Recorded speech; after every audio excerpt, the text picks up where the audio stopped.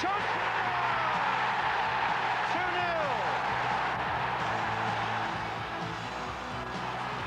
And they scored! And it's Dwight York again! Dwight York's gone darting into the middle there. They might come to him! And it's 2-2! It was high drama at Highbury in Act 1. Now for the finale, get ready for the thriller at the Villa. The teams start all square for the decisive second leg. It could be extra time tonight, it could even be penalties, but happily there's no problem with the weather. And you'll see every kick live and exclusive here on ITV as Aston Villa and Arsenal battle it out for the first Wembley place of the season. Hello, good evening from Villa Park, where I'm joined by Liverpool and England's John Barnes. John, Leeds United have their noses in front against Birmingham City in the other semi-final. Could you say Villa really have an advantage? I know it's all square, but do they have a little advantage here tonight? Yeah, Villa have to start slight favourites, although it's a second leg of a semi-final of the Coca-Cola Cup, so anything could happen. But I have to say I'm very impressed with Aston Villa. They're one of the best teams we've played this season, and the way they play the three centre-back system is one of the best in the country. Well, this is the team tonight, John. This is Villa's team, and of course there's no Tommy Johnson. Yeah, they brought in Ian Taylor, who will... I think that'll be reversed, Taylor and Draper. I think they'll play Draper in front, because Taylor's a hard-working... Draper will play like Johnson played last week? Yeah, I think Taylor's a hard-working midfield player, and they'll give Draper the free role to make up for the lack of Johnson. But and he's very capable of filling that role. But there's the man who's filling Tommy Johnson's place. There is Ian Taylor. Yeah, he's a very hard-working player, up and down, very good. But I think that, contrary to what that actually says, I think that they'll actually play Draper in Tommy Johnson's free role. Right, OK. Now then, Arsenal, still no Adams or Bold at the back, but this is a most interesting team selection from Bruce Rioch, John. Yes, on the face of it, they could actually play a three centre-back system. But against us, Keown actually played in midfield, and I think if they're worried about the threat of being overrun in midfield, they could actually play Martin Keown in midfield. But it looks very much as if they will have Steve Morrow in the back there, in that there are a lot of sides, aren't there, actually now trying three centre-backs? Yeah, there are. We are one of them, and it's very effective if it's done properly. People say it's defensive, but if it's played in the right way, it can be a very attacking formation, which Aston Villa have proved this season. OK, thank you very much, John. Here we go then. 2-2 it stands after the first leg, remember. To describe whether it's Villa or Arsenal who make it to Wembley tonight, well, there you see them. Ron Atkinson, and first the smiling Brian Moore.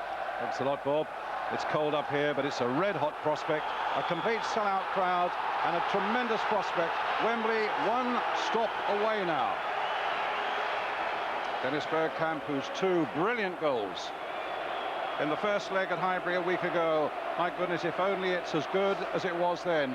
And Dwight York responding with two of his own, and now his total is 19 for the season, with 7 in the last 4 games. If anything's red hot tonight, it's certainly Dwight York. Whose net will that finish up in? A substitute referee tonight, incidentally, Keith Burge from Tonopandi in Wales. Roger Dilks, who should have been in charge, is unfit. Away we go. Arsenal, well, a reminder for some of the older Arsenal fans of a change strip of yellow with dark blue sleeves. And Villa with a long ball forward towards Milosevic. The first header there for Steve Morrow. His first start of the season, actually, for the Irishman. Morrow's header again to Winterburn, to Merson, to Parler, who came on late in that game at Highbury and really played brightly and called upon Bosnich to make one terrific save right at the end, up towards Ian Wright. But Ekiog getting that one away. Hillier, Morrow. Here's Winterburn. And cut out by Andy Townsend and knocked back this time by number 16, Ugo Ekiog.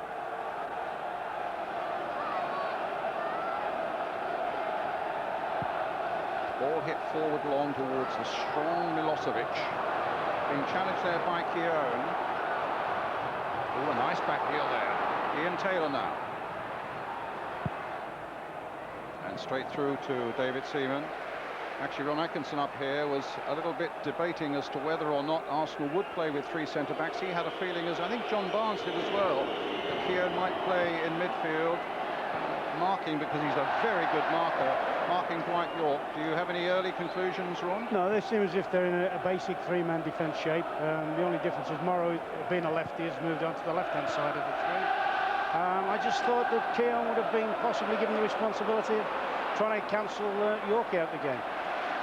Townsend playing it wide. Staunton strong down that left-hand side, Villa. Playing the ball in again towards Dwight York. I mean, that's a big thing. Steve Staunton coming in, playing on the left-hand side of the Villa three at the back. He's got that capacity and ability to step in and play. I mean, he's a super footballer, and every time he gets a chance, he'll step into the midfield and just join in. Ekiog with a header. Linnigan goes in, and Linnigan's there again with another header.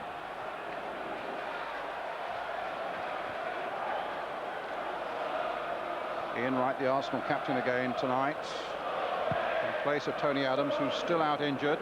Telling me before the game, though, that he's going to start serious work again on Monday. He's really itching to get back into the game. There's David Hillier. Got a really responsible job in the midfield with Parler. Milosevic. Parler challenging unfairly. Free kick to Villa.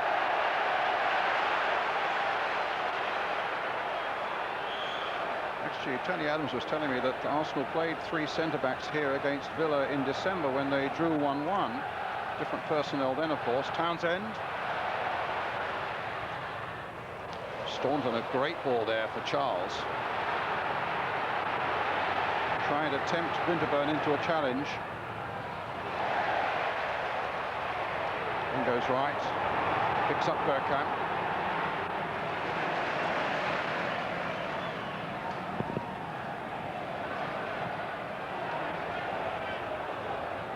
Morrow knocking it down. Charles. York's hoping to get on the end of this. Seaman spotted that quickly.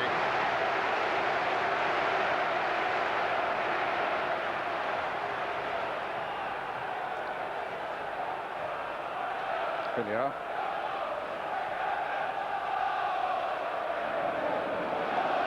Keown. Putting the ball straight to Staunton, though. Staunton returning it and finding the former Partizan Belgrade sharpshooter Milosevic. Taylor, Milosevic, in goes Parler. Dixon gets it away.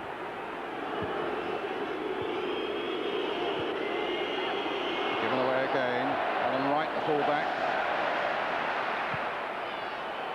Offside flag up against Dwight York. Villa, as John Barnes was saying, clearly are slight favourites. I suppose if you had to put your house on it, you'd say yes, Villa. A terrific form team at the moment, having won 8 of their last 11. A lot of it down to the sharp shooting of this young man, Dwight York. But I think, Ron, over the years, we've seen Arsenal pull out results that you least expect them sometimes. You know, when they look to be up against it, they somehow dig deep and find a winning result. Well, they're grinders in that respect, aren't they? But the only significant thing, the most significant thing in all those results we've seen in Europe or wherever you've seen them gone, there's always been that big rocket to Tony Adams. I mean, that is a hell of a blow. I mean, because it's not only what the fella does himself, he seems to have that knack of getting the others at it. Draper now, making the charge for Villa. York's through the middle. This is a great run. This is a great run. Can he finish it off? Well, he scored a scorcher against Ipswich at the weekend, and I thought he was going to unleash something similar there. I thought it was further out than that, wasn't it? Oh, he was much further out against Ipswich. I mean, it's a great, strong driving run. They've backed off him a little bit, but here he didn't get enough on the back of the ball there. But I must confess, halfway through the run, when he opened himself out, I thought he was doing the right shout. Alan Wright. Linnigan beaten in the air. Keown stabbing it back to his goalkeeper. Staunton's header. Free kick to Villa. Bruce Rioch, the Arsenal manager, in the background there. York chasing.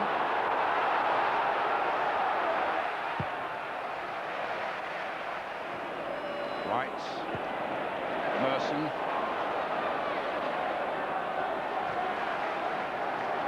Gary Charles with the throw. Ekiog to Staunton. Yeah, what they've tried to do, Arsenal here, particularly defensively, they've tried to mirror the Villa's team. They've tried to put their own fullbacks against the Villa fullbacks. Alan Wright and Charles on this side, on the right-hand side, have been very, very effective for the Villa over the last few matches. Right. Getting it into the path of Merson. Stabbed forward there, and it was Bergkamp who'd gone racing into a strong position, but it didn't reach him. Carla. This looks better for Arsenal. It's not a bad shot, but fairly optimistic from that range to beat Bosnich. Yes, they're not committing too many men forward at the moment, Arsenal. Midfield players, 2 or 3 of them are sitting players anyway, Hiller and people like that. And it looks very much at the moment as if Ian Wright will be asked to do all the front running in his own with support occasionally from this guy. Obstruction on Bergkamp there by Ugo Ekiog. I think that's one of the things the Arsenal have in their locker. A lot of them have been over the course and distance, and they won't try and pull the game out the fire in the first 10 minutes or so. They're prepared to wait, if you like, till the last minute of the game. Bergkamp. Just to remind people, of course, the 2 away goals that Villa scored at Highbury coming to the reckoning worth double, but only at the end of extra time. In other words, if it's 0-0 or 1-1, 2-2 or whatever, at the end of 90 minutes, we will go into extra time, and then at the end of extra time, then the away goals will come into the reckoning.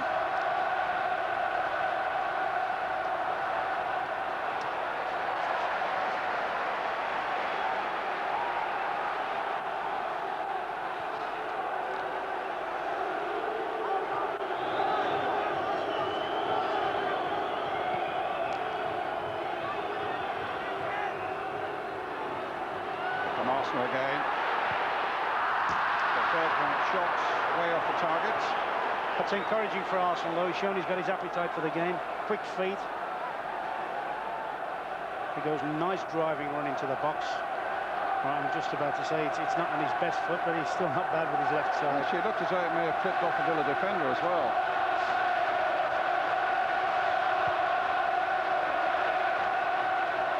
Up goes Parlour.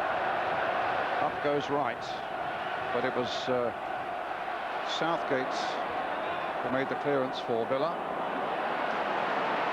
Draper, Staunton. Dwight York's got away this time. The flag has stayed down. Keown coming back quickly. Villa fans were, oh, that was clearly over the line. I'm sure when Keown cleared that, the ball had cleared the line and really should have been a corner to Villa. Now Ekiog.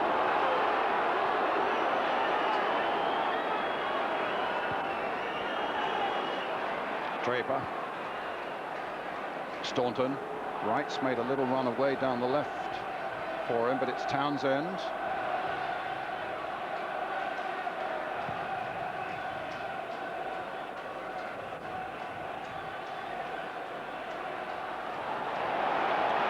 That one finds Paul Merson.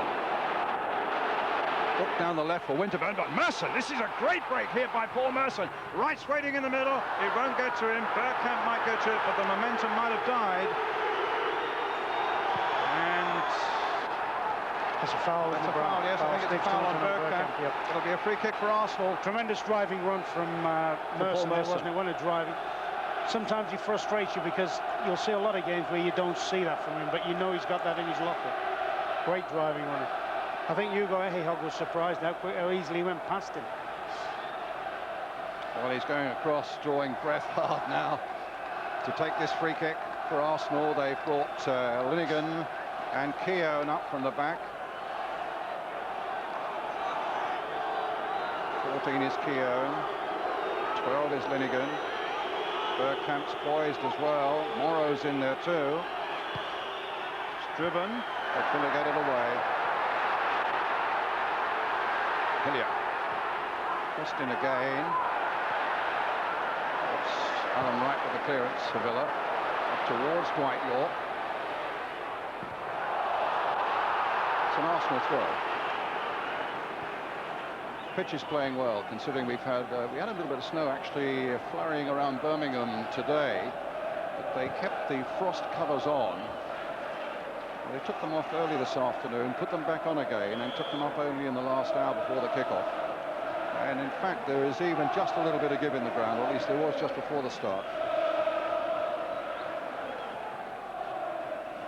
Certainly the game at Highbury last week drew rave reviews from everybody who watched it around the country.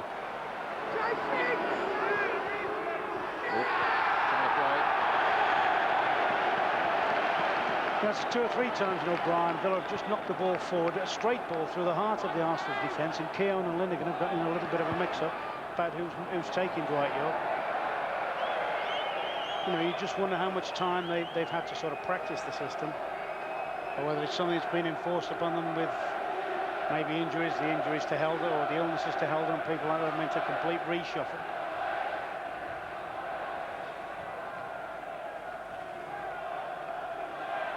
Yes, David Platt on the Arsenal bench, of course, for this one, alongside the goalkeeper Vince Bartram and young Steve Hughes. No place for John Jensen. Tony Adams at the back there.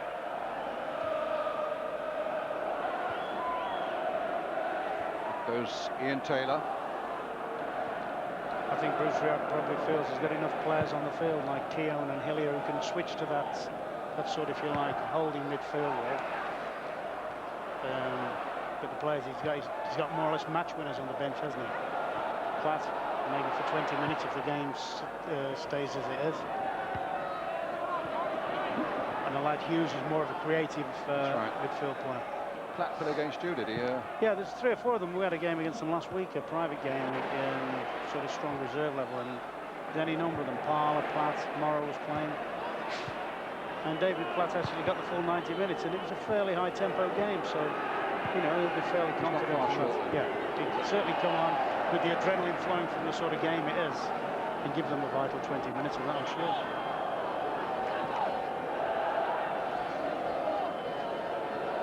Ian Wright hardly got a look in, to be fair, in the first game. They're putting a few nice movements together now, Arsenal. This is Bergkamp trying to get it into the path of Wright. There could be a problem there, and tucked away in the end. Villa very nearly caught out. Merson coming in the end. Well, here you see, that's an ugly little ball around the back of the defence. Right, Charles should really have dealt with that. Should have tucked it away, tried to bring it back to his goalkeeper. And at the end, Bosnich was, I think, Mark, to be fair, made it a little bit spectacular. Wasn't the hardest header that Merson's ever hit. They were totally unaware of Winterburn coming in there, and very nearly putting Arsenal in front. Here comes the corner. And in the end, Bosnich came for it, didn't connect, and Townsend had to get it away. Well, he was in territory there. He'd no right to be Mark Bosnich. He's come for a ball there when he's got loads of defenders that can deal with that. So Lindegan, who scored 1 or 2 important cup tie goals in his time, including a cup final winner, is up there still for Arsenal as Parler now takes this corner. Driven in low this time, stabbed away by Dwight York, I think it was. Parler again, crossed in once more. Villa being well stretched here at this point. Milosevic. Winterburn again. And now Townsend. Spreading it towards right on the far side, but beautifully intercepted there by Dixon. Scurrying to that corner, Wright going with him. Dixon looking for support. Merson was there for him as well. A flick of the head by Ian Wright. Goal kick to Villa. Good play by Lee Dixon there. Saw the danger, saw the crossfield ball, cut it out and throws in a very, very decent centre. Quite unlike the first leg, because Villa dominated the first leg and played some superb football over the first quarter of an hour or so, and suddenly found themselves 2 goals down to 2 Bergkamp strikes. On the Villa bench, they were looking at themselves and saying, how on earth can we be 2 down? Well, it's a different thing here tonight. It's Arsenal, in fact, at the moment, carrying the battle very much for Villa. Merson on that far side. Dixon. Merson, given away this time, Milosevic. Right. cost him a little bit, Milosevic's pass. But a foul on the full-back. I think sometimes when Tommy Johnson plays, you know, it gives defenders a bit of a different sort of problem. He drops into that little hole. Now, I know that basically Ian Taylor and Draper are playing in there, but they are more what they call conventional midfield players, where he, to me, is a striker that comes back in there. It's sometimes a very, very difficult position to pick up. You're never sure to send one of your defenders out or get him picked up with your central midfield players. Here's Milosevic to right. York. Keown's with him. Right again. Should be Seaman's ball. Milosevic offside line. That is Arsenal. Bergkamp into the path of Parla. Some good challenging though by Ian Taylor for Villa. The ball falls to Arsenal again with Ian Wright. After work by Hillier. Down goes Wright. That'll be the difference. Taylor will give them an awful lot more defensively, Brian. But Parla there just missed a great run of Ian Wright. Ian Wright spun. Just before that, he made the first spin run he's made all match, and Parla didn't recognise it, spot him in.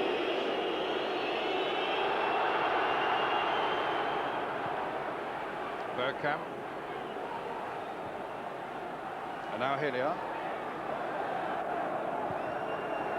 Played in towards Paul Merson.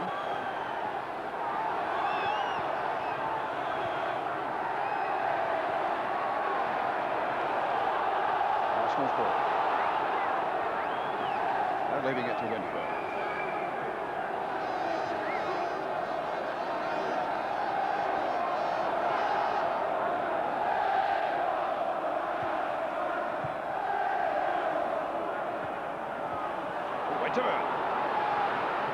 Made it almost for Wright, but Southgate read that beautifully for Villa. But Arsenal really are having the whip hand here at the moment, still 0-0. Long cross in for Dixon, and a challenge though from Wright, no foul on the goalkeeper. Morrow at the back for Arsenal. Milosevic trying to get it going now for Villa. Dixon changed his mind, brought down there by Milosevic, free kick to Arsenal. I think what they're doing a little bit at the moment, and doing it well, Arsenal, they're stifling the Villa wing-backs. We haven't seen too much of Gary Charles or Alan Wright bombing forward.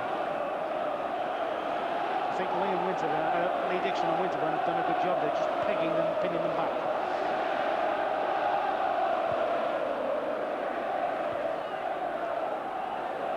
Dixon.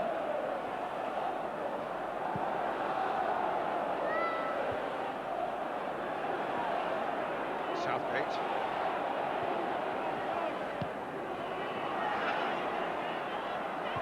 Right. Parla. Here's Morrow. Merson. Another great run by Merson. My goodness, it needed a Gary Charles last ditch attempt to get that away. And I tell you, at no time at Highbury in that first leg did Arsenal play as well as they played in this last 5 or 10 minutes. Well, as I say, whether the system's thrown Villa a little bit by surprise, this lad's got the bit between his teeth tonight. He's picking up the ball and running at people. Merson, when he's taken to on, and that's, as you say, that's good last-ditch defending by Charles. Finnegan right in there again. Keown a little deeper this time. Morrow waiting for a deep cross. They didn't get the final touch there, but Villa were riding their luck. Morrow trying to turn it into something here, but in the end it's a goal kick. I'll tell you what, Brian, I'm pretty sure that Andy Townsend's got a very, very good block on there. And the ball comes across here. It's a little nick on by Lynn again. Actually, it came off his own guy. Came off Ian Taylor. Ian Taylor blasted it onto him.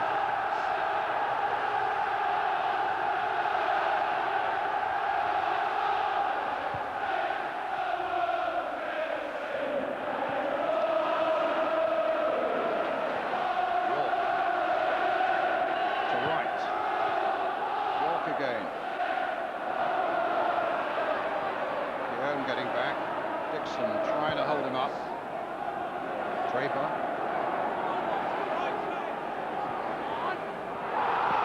Foul on Milosevic, right on the edge. And to be fair, Linnigan would have been the last defender. It's going to be a free kick. I suppose theoretically you'd say it was going away from goal if you're talking about more serious stuff. But they've got a few can hit them from here. They've got York if he wants a right-footed shot. Certainly Staunton right, Townsend. Draper looks as though he wants a bit of it. Yeah, could be touched sideways there. Seaman certainly would need a good clear view of it.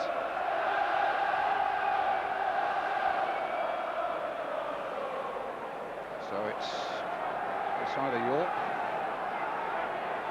or Draper, or Wright is waiting off stage. It's a good save from Seaman. From Dwight York.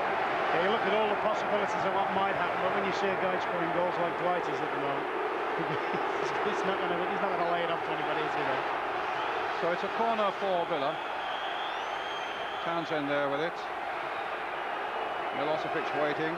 Southgate up from the back. Ekiog also up from the back. Slightly different angle now. Townsend playing it in very deep towards Dwight York, but too far. Okay. Very surprised with Arsenal there. They took the two men took the corner against the one, and they just left Dennis Bergkamp out against the two Villa players there. I think if they'd have wanted to, Townsend has the shot here. It's fairly straight. It's a good save, but it's just straight enough for Seaman not to cause him undue worry.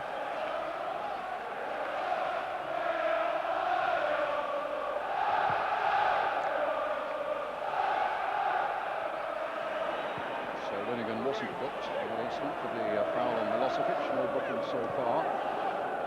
Staunton, no goal so far. 2-2 from the first leg, remember. Too far for Wright. Staunton ducking in there. Back to Mark Bosnich. Just watching Ian Wright at the moment, you know, he seems very, very static for Ian Wright. We generally associate him with making runs all over the front line. At the moment, he seems as if he's just standing up against Southgate most of the match.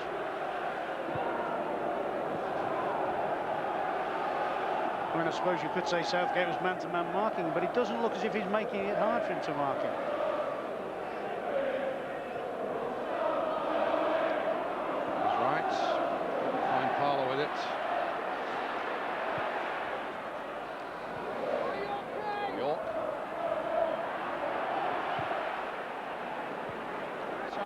Leaping forward from the back, running straight into trouble. But nonetheless, Villa get a free kick. It's good pressure for the Villa. It's relieved a lot of that stuff we were seeing a few minutes ago from the Arsenal when there were corners and things flying about their own penalty box. They're starting to build up a little bit now. Taylor, Milosevic, York and Ekiog, the main targets here. But Parlour gets it away. Townsend and then Draper towards Milosevic, who's come to this side. Morrow, good clearance. Back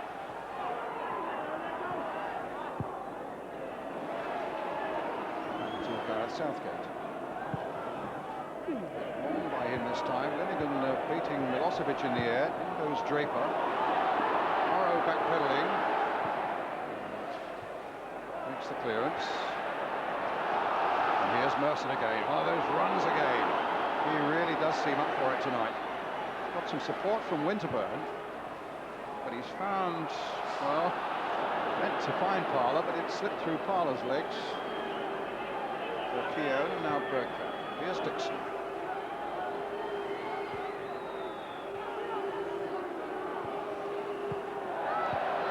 And Wright gets in first for Villa.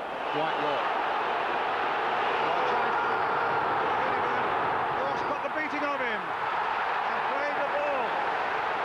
An absolutely brilliant challenge. He must have been tempted, Andy Linnigan, all the way through that run to have a little nibble at the back of York's heels. Wright's offside here. Offside against Steve. But I tell you what, he's timed that to perfection. He's timed it just as York starts to open himself up on Seaman. There is a good favour. Cuts across his run. Now he's got spot on, and he's spot on. A super challenge. Great challenge, that.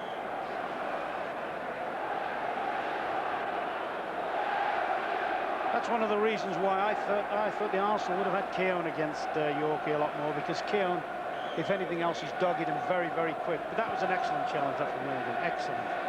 Particularly bearing in mind he'd already just been penalised on the edge of his box for his last challenge.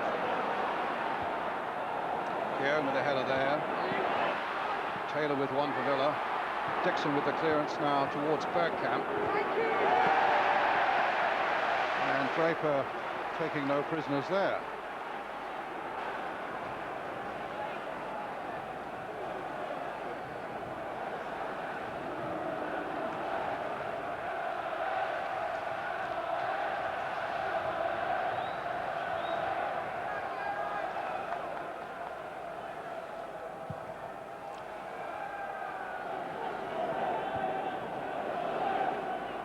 Dixon, play towards Ian Wright.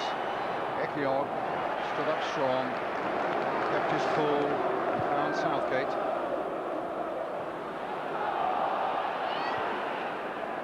It's a good game this though, Ron. Yeah, it's hard to say who's in the boss seat at the moment.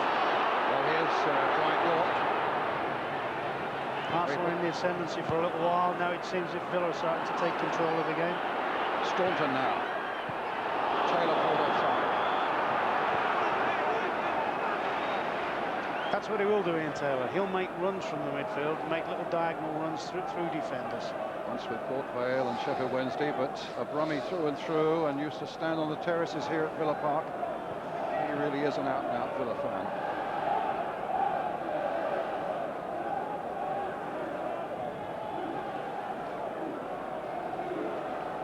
Seaman's kick. Up towards Bergkamp. Up inside for Wright. Southgate, a free kick for Arsenal. Dixon wants to take it fairly quickly and release Merson down that side.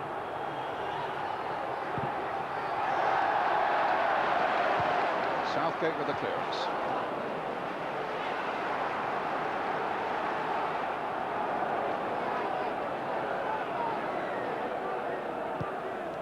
Taylor, Wright, Ian Taylor.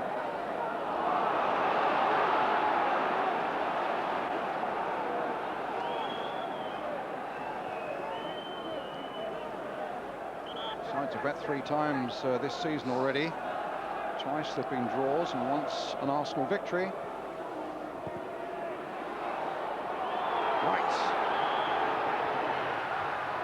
And eventually the whistle called him back. Villa's free kick.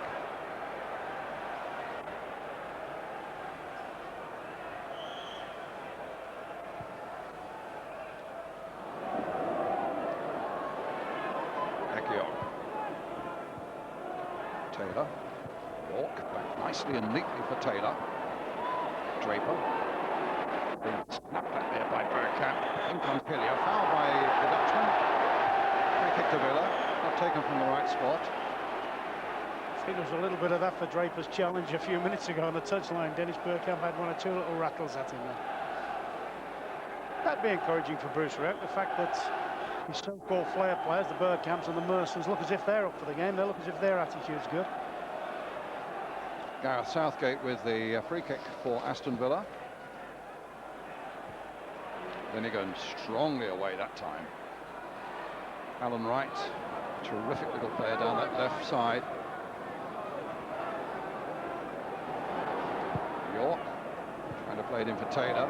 Not a good ball back for Draper, but it's a better one now. Played for Paul Merson. Tried to thread it through to Ian Wright. Hillier followed up very well there. Finds Lee Dixon. Again tried to thread it into the path of Ian Wright. Villa are defending well.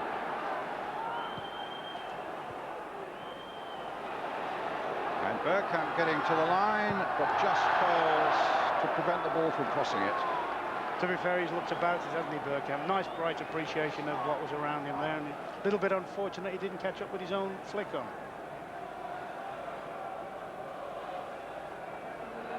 I understand that Ian Taylor's coming off. He's taken an early knock. Paul McGrath could be one to warm up and possibly come on. Well, Ricky Skimika can go on is another one, yes. just as a straight midfield player, or indeed they could put McGrath at the back and move Southgate or Staunton into midfield. That's right. He's actually had some trouble this season. Ian Taylor seems to have had injury problems. Here's Merson again. And Merson again.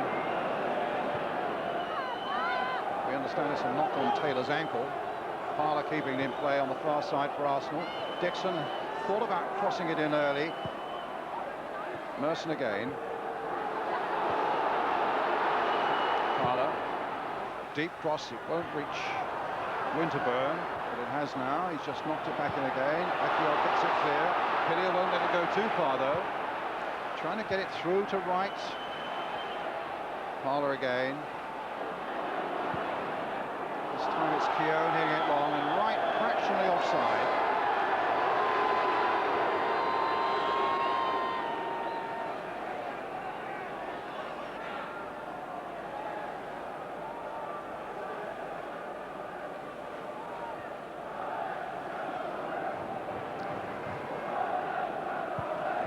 Staunton hitting it long.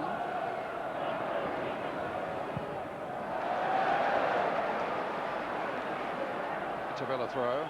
I think you're going to hear one hell of a cheer in a minute. It looks, McGrath comes yeah. He is still a legend here. In the meantime, it's a throw, but I think the substitution's going to be made. Ian Taylor's coming off.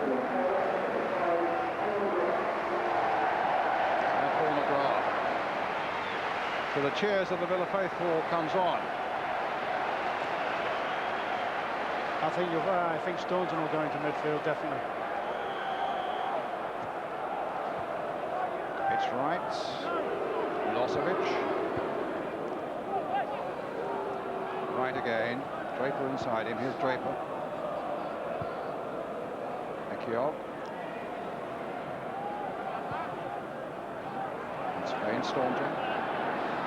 Great left foot of his, just flipping it forward. Townsend with the cross. It was a dangerous one, but again Seaman had read it well as York came in. It looks as though it's Staunton who's gone into the midfield, Ron, doesn't it? Yeah, he'll play. Yeah, I think you'll find it all rotating there. The three of them, Draper, Staunton, and Townsend. But don't go play in any set areas. Morrow. Southgate away. Morrow again. Draper, nice little flick of his. Staunton, quickly challenged though by Parler. Dixon hitting it forward. Right alone up there at the moment, backing away. A rough on a tumble there, but all pretty accidental it seemed to me. Rights, well, the two rights, Ian and Allen. That's difficult. The ball's bouncing up there. He's focusing on the ball. It's doing nothing else but genuinely looking at the ball and bashing away as hard as they can to get it. And the referee taking a very sensible line, a quiet word, which maybe appeases the crowd as much as anything. It tells them to get on with it. Free kick to Villa. 10 minutes of the first half left. Free kick to Aston Villa. Game still beautifully poised. I think Brian Little he'll be reasonably happy, but I think he'll want more from Milosevic. I think most of the things have gone through York at the moment, and I think probably he'll be saying to Milosevic, come on, big saddle, you get joined in a little bit more. Staunton with the kick. A little chip in there. A little flick on. It's Charles who puts it back in again. Morrow who gets it clear. Bergkamp helping it on its way. A little stab back there by McGrath. Knocked forward again with that lovely left foot of his, of Steve Staunton. And in the end, Winterburn, it's a throw.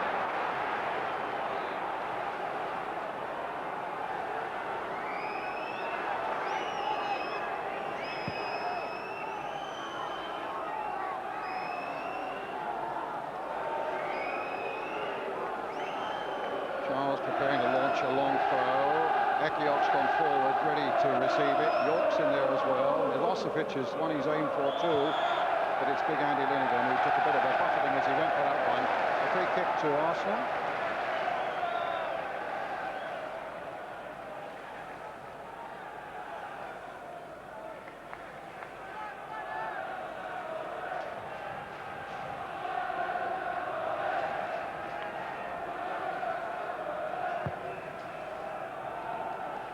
Right, going for this one. York. Townsend. Brought down by Hillier. Yellow card. Yeah, that was needless there. I mean, Andy Townsend's making a strong, spirited run down the right wing, but he is essentially a left-footed player. And all Hillier really had to do was just stay against him and edge him into the corner flag. Not only has he got himself booked, he's also got Villa a free kick in a dangerous area, because the two lads around the ball, the two Irish boys around the ball now, Townsend and Staunton, can both hit mean balls from here. Well, this is a dangerous situation, I think. Ekiog, Southgate up from the back. Yeah, I think you'll see them go flying in, and they've got the added bonus of McGrath as well, man. Yep. Staunton with a mean ball in. And you're dead right. It took a touch from Dwight York, but it was a near post one that had them flying in there, but it went behind for the goal kick. So York is thinking that he possibly should have had a corner here, but I must confess, when he made his run, I thought he was just going to get first nick on the defender there. He's got first nick, and he hasn't been able to steer it on the near post. Leeds 0, Port Vale 0, half-time in their 5th round FA Cup. Grimsby 0, Chelsea 0. West Ham 1, Newcastle, the leaders in the Premiership 0. Manchester United chasing Newcastle 1, Everton 0. Derby 0, Luton 0. Derby top of the NZ First Division. And the last one up, Wolves, a revival under Mark McBee, 2-1 against his old club Leicester City. Throw to Arsenal with Nigel Winterburn. One of Arsenal's best kept secrets this week is that Winterburn has not trained at all for a week. He's had chicken pox. Must I say, there have been 1 or 2 well kept secrets in the Arsenal camp, but information has not been easy to get. It's been a bit like trying to breach the Official Secrets Act with them this week. But maybe good reason. And certainly they're playing well at the moment. It's 0-0. Townsend for Charles, played in early.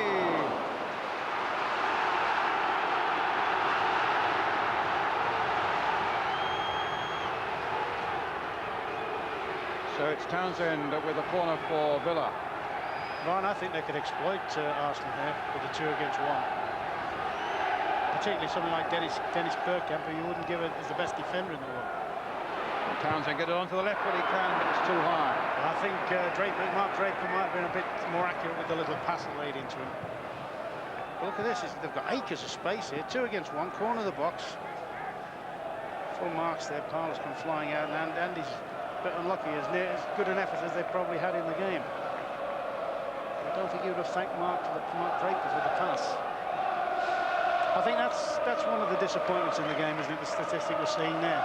Really, none of the goalkeepers had to work particularly hard. Bosnich had 1 or 2 hairy moments in a sort of 2-minute spell. The winners, of course, meet at Wembley, the winners of the other semi-final between Leeds and Birmingham. Leeds leading 2-1 in that one, with the second leg to come at Ellen Road. Final at Wembley on March the 24th. Sunday afternoon, and you'll see it live with us.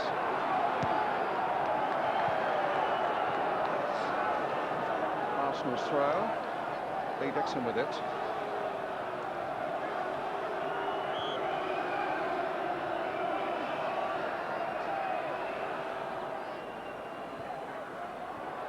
Bergkamp. A little stutter on a little start, but he kept possession. Hillier trying to hold on to it, but it's Winterburn now for David Hillier.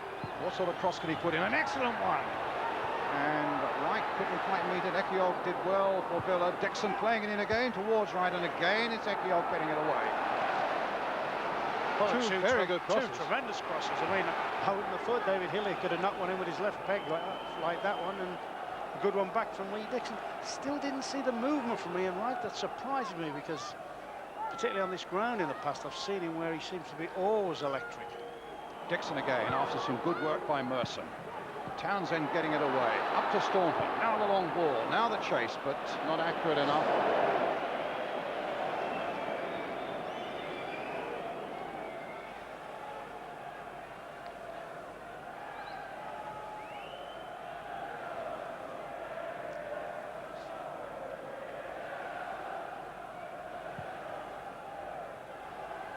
Up goes Bergkamp.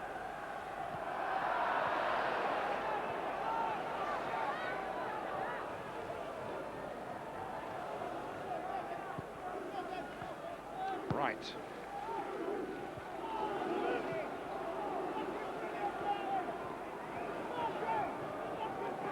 The last 3 minutes or so of the first half.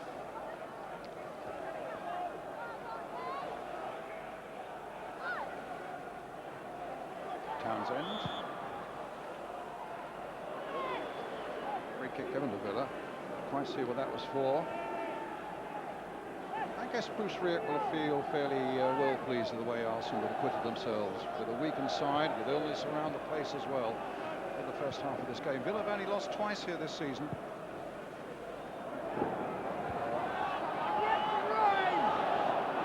Milosevic. Finds Staunton. Ekiog. Dwight York waiting for him, but it's Seaman's gather. So you just wonder as well with the Villa, you know, how much it comes into there thinking, okay, if we have to see another hour or so through it, this does us. That's right. You know, and they get a little bit inhibited and perhaps don't commit themselves forward so much as if they're having to chase the game on a knockout situation. You missed it earlier on. Remember the 2-2 from the first leg. Villa's away goals only count double at the end of extra time.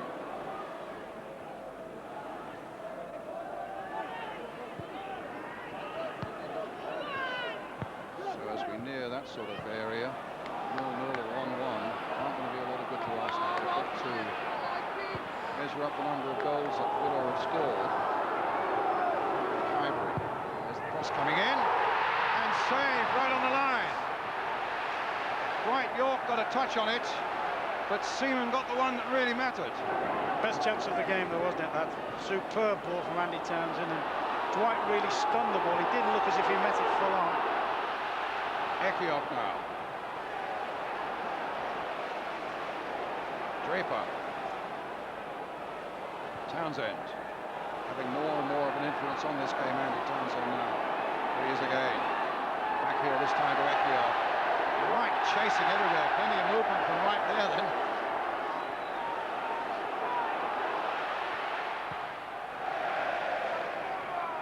Merson gathering, then failing to gather. Paul McGrath. Back it'll go to Bosnich. Alan Wright.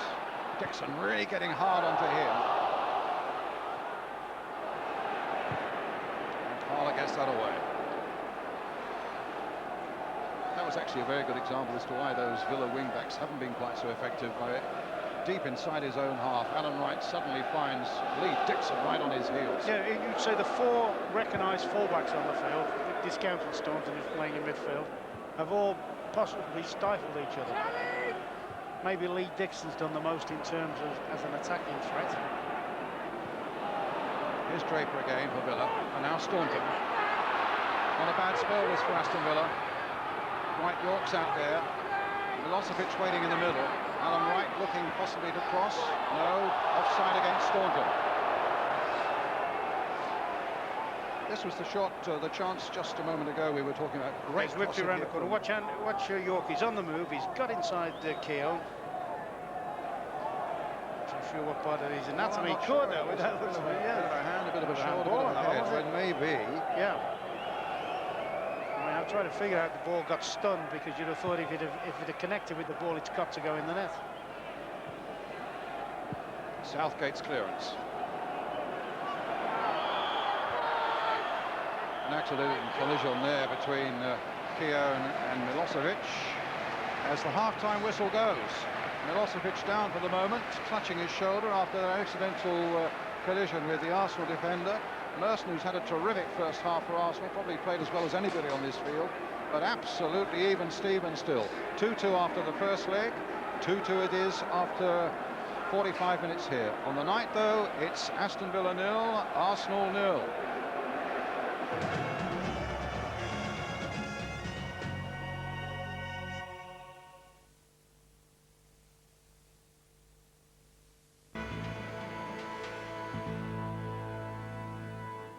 Welcome back to Villa Park, where we have a really interesting tactical duel here. It's 0-0 at the moment. Let's hear straight away from the Villa manager, Brian Little. He's with Gary Newbon. Brian, what did you make of that first half? I thought they started well. Perhaps we've come back into it a little bit. I actually thought Dwight had scored just before half time. It's pretty even, I guess. You know, they're bright. They've played a different formation than they did last week, and it's working for them. And it's a close game for sure. Looking on this match, it's surprising how much pressure Arsenal put on in the first half. Yeah, well, as I say, they've changed their system, so they've done their homework, and it's suiting their style of play at the moment. Gave us a few problems early doors.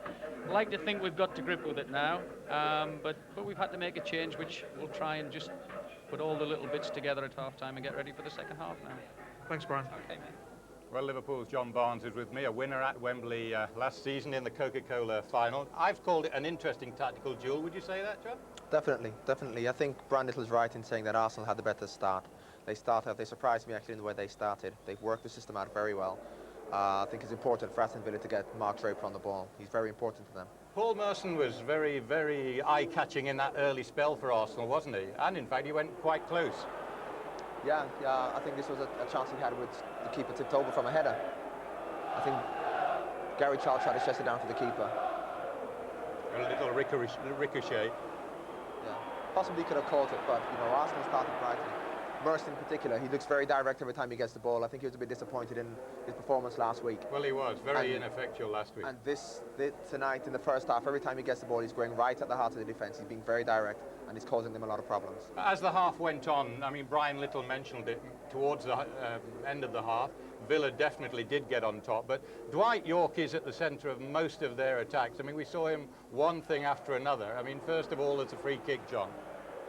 Yeah, it's on target. I mean, it's a good save from David. It's a bit straight, so you'd expect David to save those, but Dwight's been at the heart of a lot of Aston Villa's attacks because he's very mobile. Always happens when you have not an out-and-out goal scorer who goes and plays up front, scores a few goals, because he's being very unselfish, making a lot of runs into channels, bringing people into play. But I think from his point of view and from Aston Villa's point of view, he needs Mark Draper to help him. Mark Draper had a very good run early on, and we need to see more of that from him. There's a wonderful tackle from Andy Linnigan on Dwight York when everybody, all the Villa fans, were out of their seats here. Yeah, it's an excellent turn, as you can see, and it's a race the whole half of the pitch. Andy Linnigan did very well to stay with him. Dwight possibly could have cut across him and forced him to bring him down, but it's an excellently timed tackle, as you can see. Great tackle. Now, just before half-time as well, John, I mean, it could have been a goal. I mean, Brian Little said, I thought that Dwight York had scored. Now, had he scored, it would have been illegal, wouldn't it? Well, it would have counted because the referee didn't give the handball, but as you can see here, he actually handballed it. This was one of the best moves of the match, actually. Andy Townsend put a great ball in, and Dwight just lost the ball and handballed it, as you could see. But that's one of the few times that Villa have put passes together, and every time they put passes together, they look dangerous. I think they're trying to hit straight from the back to the front in the first half an hour, but now they're putting passes together, and I can anticipate them going on in the second half and doing really well. Okay. All right, thanks for the moment, John. Now, then let's have a word from really an old Villa hero now, but only a couple of weeks ago. This is Nigel Spink, their former keeper, 19 years in all at Villa Park, but here he is with Gary. So I'd expect you to be a bit biased, Nigel, but who do you think is going to win from what you've seen in the first half? Well, I think Villa will win it in the end. I think it could go all the way now, the way the game's gone. There's been goalmouth incidents. That none of them have gone in. I think it could go all the way. I think it'll be away goals decide it in the end. Dwight York hasn't looked as sharp as he normally does tonight. Well, I think Villa started quite slowly. You know, they were a bit sluggish, maybe a bit nervous. Who knows on an occasion like this? But I think they'll come good. I think the manager will have a quiet word with them at half-time, and I think they'll come good in the second half. It's a chance it could go to a penalty shootout tonight. Well, I mean, it's got to be 2-2, hasn't it? Yeah, I mean, the way it's going at the moment, I can't see that. But football's a funny game. You never know. I think there's obviously a chance that'll happen, but the way it is at the moment, I can't see that. I think it'll be a 0-0 or a 1-1. Thank you.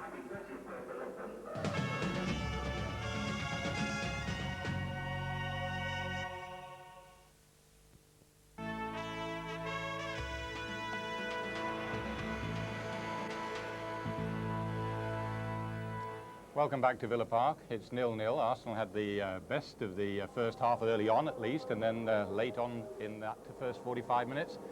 Villa came very back into the game, certainly, didn't they, John? But Mark Draper, we were centring on him because he really, once he and Taylor went off, seemed to be dominant. Yeah, I think that with Taylor on, they were sharing the responsibility of getting forward to support the front man. And we weren't really seeing the best of him, although he had that early run. I think now with Staunton moving into midfield, he'll shore up the midfield with Townsend, and that'll allow Draper to get forward much more.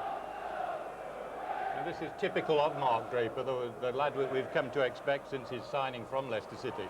He does it very often, but I don't think we've seen enough of him tonight in those positions. But as I said, that's a Tommy Johnson type of position, and I think with Taylor now going off, we'll see much more of Mark Draper in those positions. Have you expected a little more from Villa, John? Yeah, I think they're a little bit nervous. The last 15 minutes, when they put a few passes together, they look quite dangerous, but I think that's what they have to do for the whole of the 45 minutes. So what would you say Brian Little would be saying in his half-time chat? I would be thinking that they'd want to play a bit more through midfield, because I think Arsenal are very good at the back in marking in Keown and Linnigan, and I think they're hitting too many balls up to York and Milosevic, which suits the Arsenal.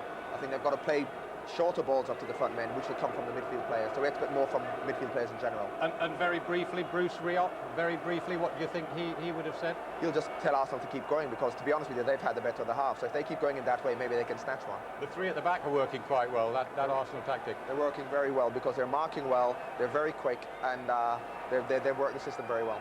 Okay, well, we just saw the old Villa hero, David Platt, there, and we're just about set for the second half, so we can return to our commentary gantry, to Ron Atkinson and to Brian Moore.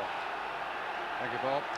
Certainly throughout their distinguished histories, two clubs who really enjoyed a full taste of cup football. Villa 7 times winners of the FA Cup, Arsenal 6 times.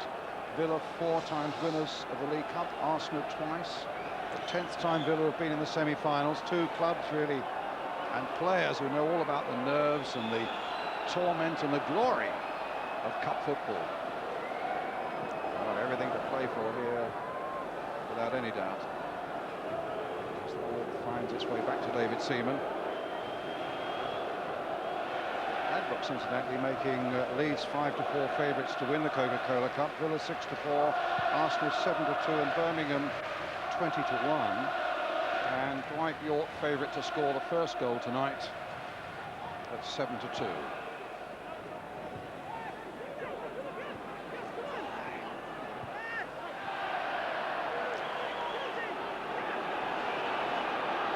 Here is Dwight York. Just saw him coming down the steps there, and David Platt having a little friendly kick at him. Dwight with a smile all over his face. I think the only thing that's troubled him today, so he's telling me, is the way the West Indies got well and truly thumped in the World Cup cricket by India. He wasn't very happy about that, and his pal Brian Lara scoring only 2.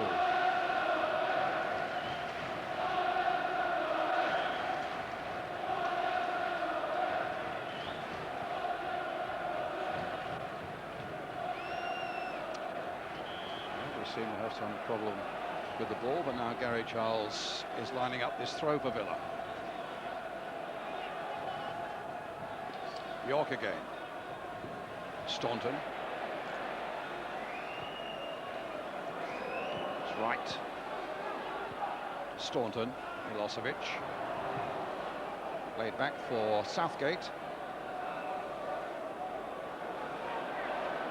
This is a good run by Southgate. That'll have to be checked.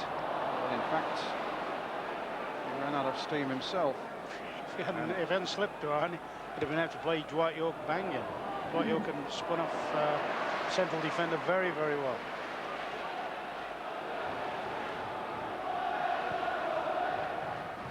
Milosevic.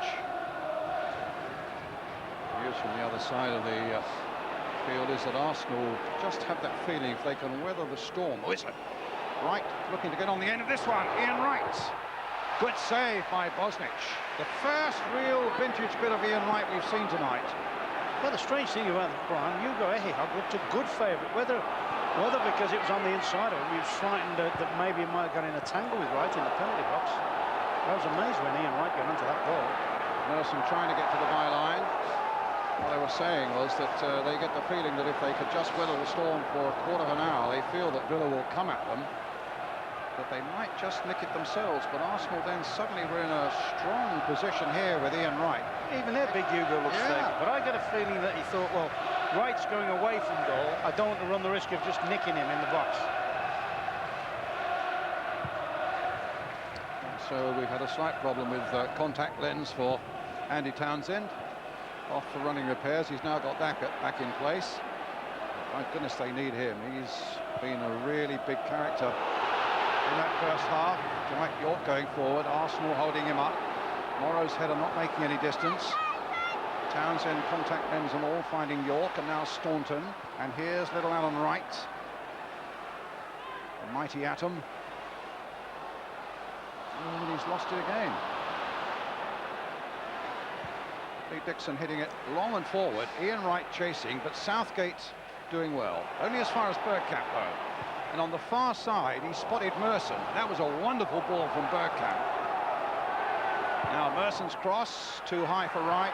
Goal kick to Villa. Yeah, that's where they have a little bit of a problem, Arsenal. When they go out wide and throw the ball in early, they've only really got Ian Wright in the box, and he's always surrounded.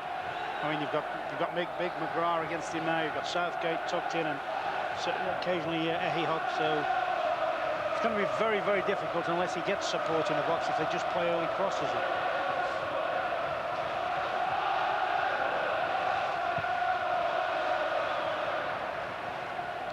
Wright's header. Townsend. Milosevic chasing. Linnigan gets it back, and Seaman with the clearance. Flipped on by Hillier. Merson. Parler. Dixon.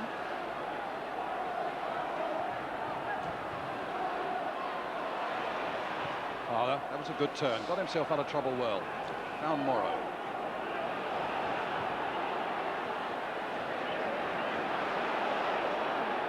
Right. Hit long towards Dwight York.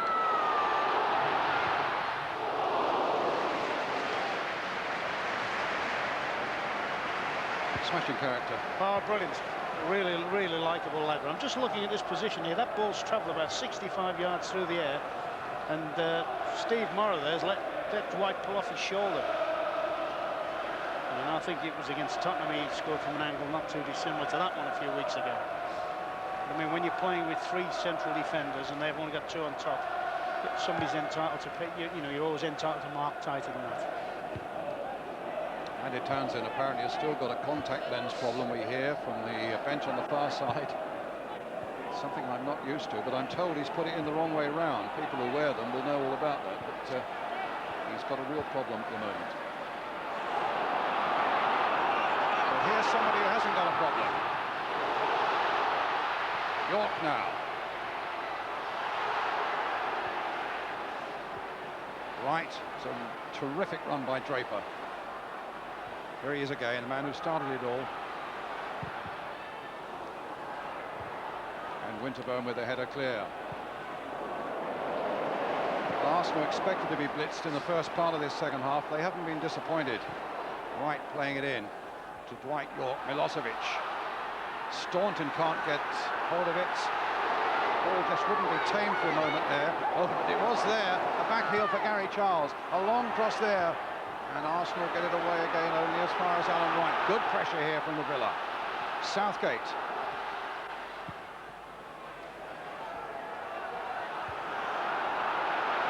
Keown with the clearance. Bergkamp. Hillier. That's a lovely ball. Picked up by Merson. And Wright's gone through the middle, but they can't find him. And in the end, it was Alan Wright. Called into emergency service to put that one away for the corner. Terrific counter blast, though, by Arsenal. 2 different types of attack when O'Brien. Short passing using York as the focal point near Aston Villa. All of a sudden a quick breakout, 3 incisive passes, and Ian Wright was nearly on the end of it, and Andy Townsend still hadn't got his glasses on. So Villa down to 10. Arsenal with the corner. Merson with it, floating in. Staunton at the near post, strong and dominant, getting it away. Merson gets another chance, slightly different angle, plays it to David Hillier. Onto the left foot by him. That time it was big Paul McGrath got it away. Dwight York playing it short. And only Milosevic is up, and he's headed it back towards the Arsenal player, Staunton again. There's a foul there by Fowler.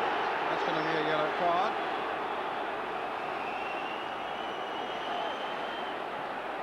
Actually, the referee...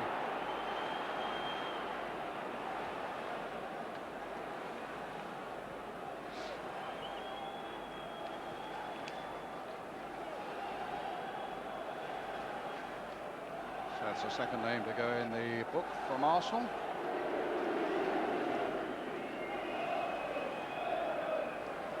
Villa still down to 10 men.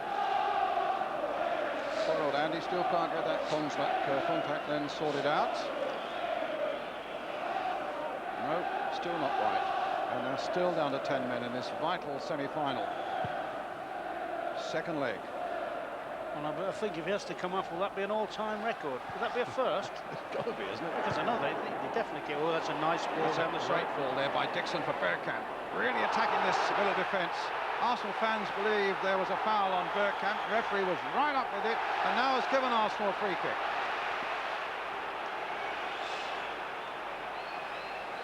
Well, Merson might fancy a little dip at this.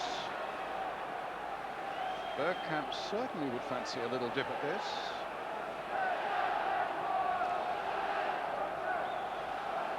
It's going to be Bergkamp. The referee has handled it well. Wants the ball back another yard or so. Score of 2 goals in the first leg to Bergkamp. And a good save. It was Merson who came in on the far side. Yeah, clever little free kick. They cleared the space around the back when he came in late, with him arriving late. They're running him under the ball now. Fortunately, it was Winterburn. Yes, actually, fortunately for Villa, it's gone into a safe spot for them. Here's Seaman. It looks very much as if Ricardo Kamika's coming on. I saw the club doctor go down a few minutes ago to try and help with the Andy situation. No, he's Coming back.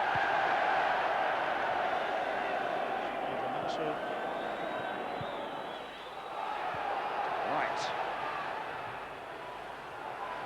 Still with Wright. Goal kick. And Andy Townsend's back on. Yeah, it's a big boost for him, that, because he's been having an excellent game, Andy Townsend. He's competitive, he's controlled, he's got good know-how from his World Cup experiences.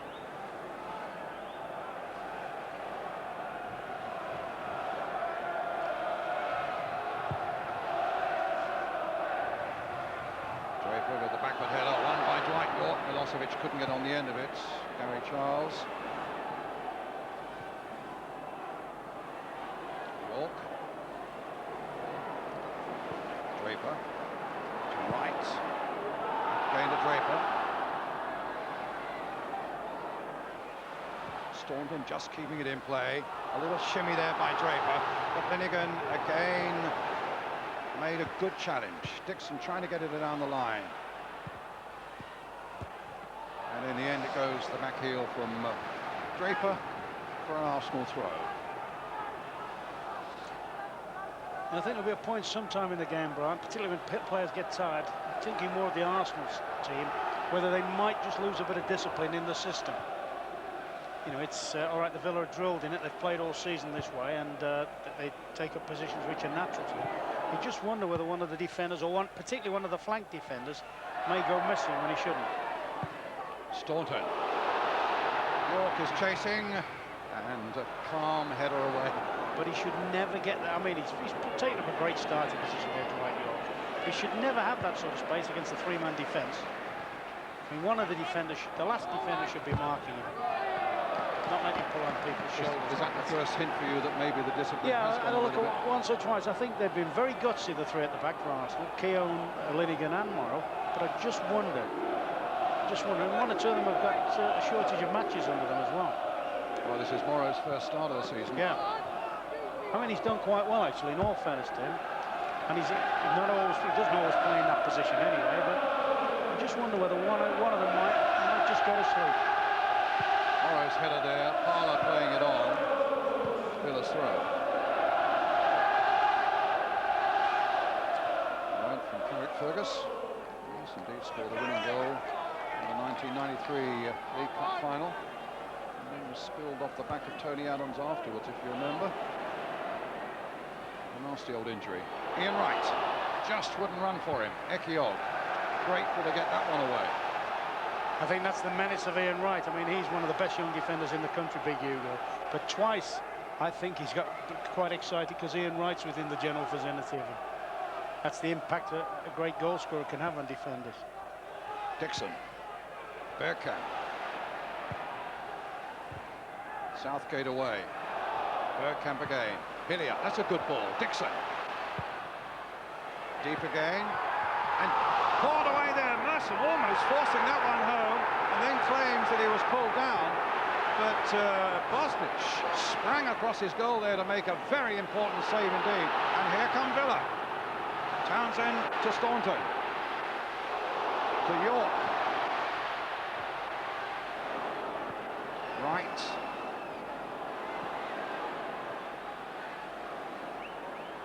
Draper. Townsend. Staunton. Throwing that up and under into the box there, but Dixon dealt with it well, not once but twice. But here's Draper again. Arsenal claiming handball. But Draper's on one of those runs again. Merson trying to hold him up. But here's Draper. Milosevic. Townsend. Staunton. Watch out for that left foot. No. Wright gets in. They get a free kick. Villa. Foul by Parlour. Already been booked. I'd have backed you there, Brian, with that watch out for the left foot. I thought that's Staunton's distance. This might still be Staunton's distance.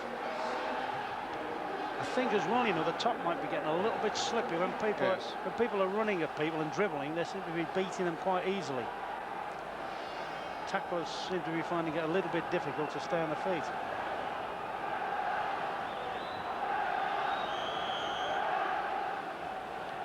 For Villa inside the Arsenal penalty area. Townsend flipping it there towards them. And over the top it went from Ekiog, I think it was. Here makes his presence felt. Nice little teasing, curling ball into a danger zone. There he goes, gets inside the defender. Fortunately for Arsenal, doesn't really make Seaman work. And at the other end, when Merson very nearly forced a goal for Arsenal. Yeah, was it Merson or did the defender get on that one? It's going wide actually, isn't it? But in fact, Mark Bosnich may very well have put the ball back into a danger area then.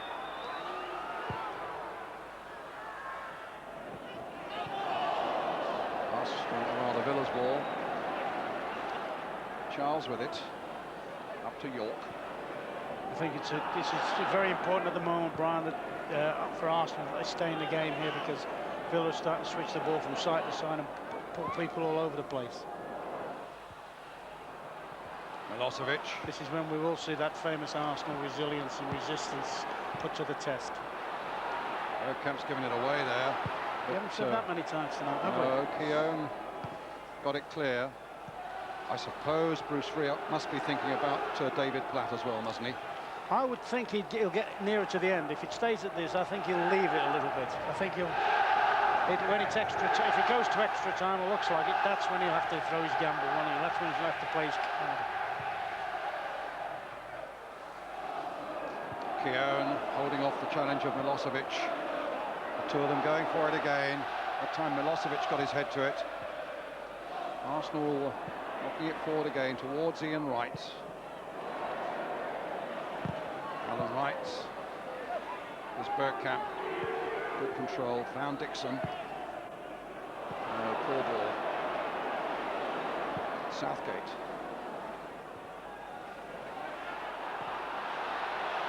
Parlour gone into touch. It'll be a Villa throw.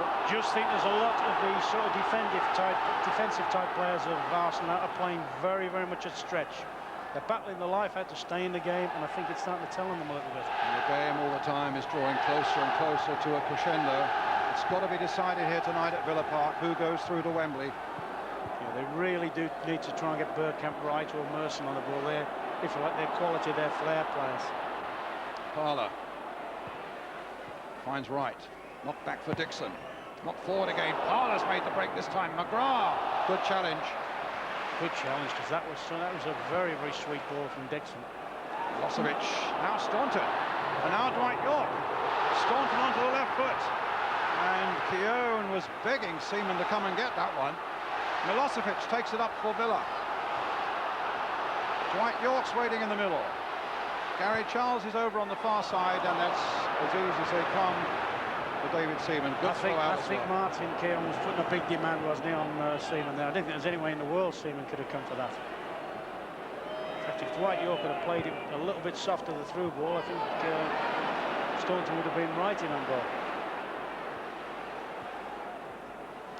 Draper. Just get the feeling there's a goal in there for Villa at the moment. Staunton. Right.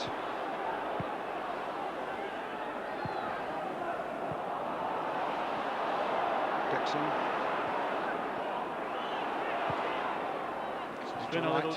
Hillier hasn't got too much first-team football in his belt either.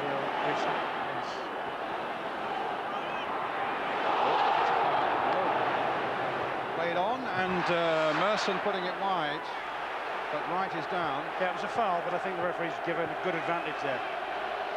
I mean, if Merson rattles that one, we're all screaming, what a great piece of refereeing. So can't have it both ways.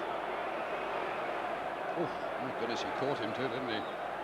Holds his hand up, he realised it was a mistimed challenge, but then gets on with it because the referee has said play on. And Merson hitting it wide.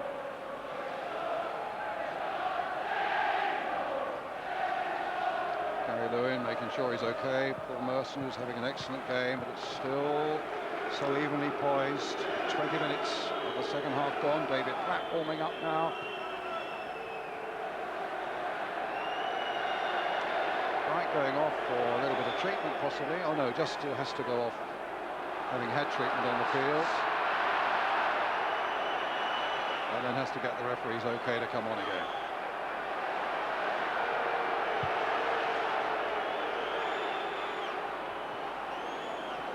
Bergkamp, McGrath, Wright.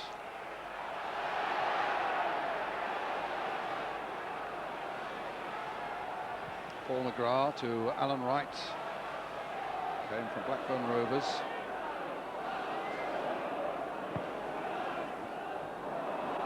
Just put into the path of the Villa man there by David Hillier, I think it was.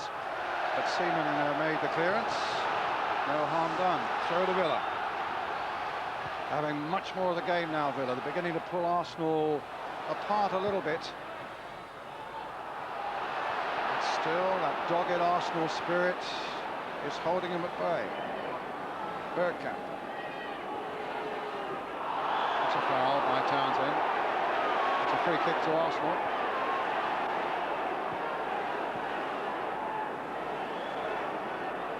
Here's Dixon. Wright's gone through the middle.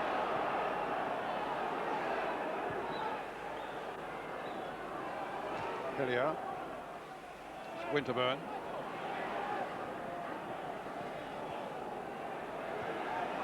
Andy Linnigan. A little chip by him up again towards Ian Wright.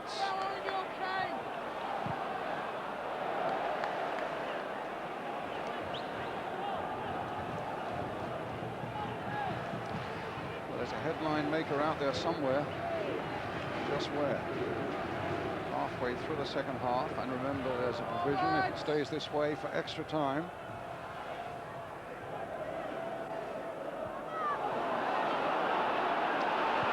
Parler. Dixon. Hillier. Keown feeding Dixon. Back it goes again. Southgate first to show there.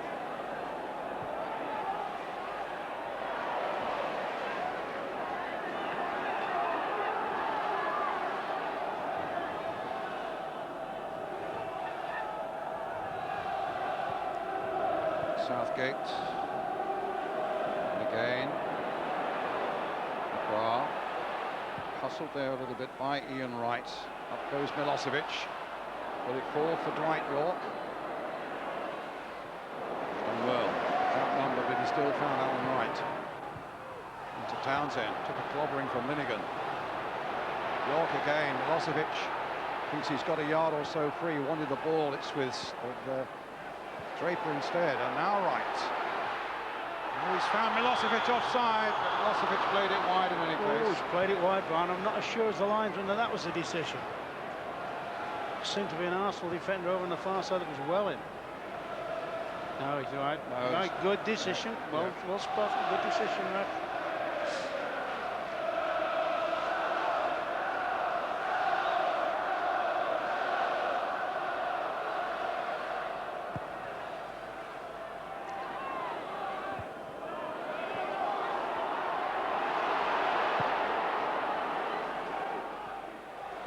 Southgate. Keown, header for Arsenal. Just get the feeling that the Arsenal players like Linnigan, Keown, Hillier are straining every last sinew to stay in the game. They're playing that much a stretch now. Here's Hillier. Comes for Winterburn. Charles gets it down the line, but it's a throw to Arsenal.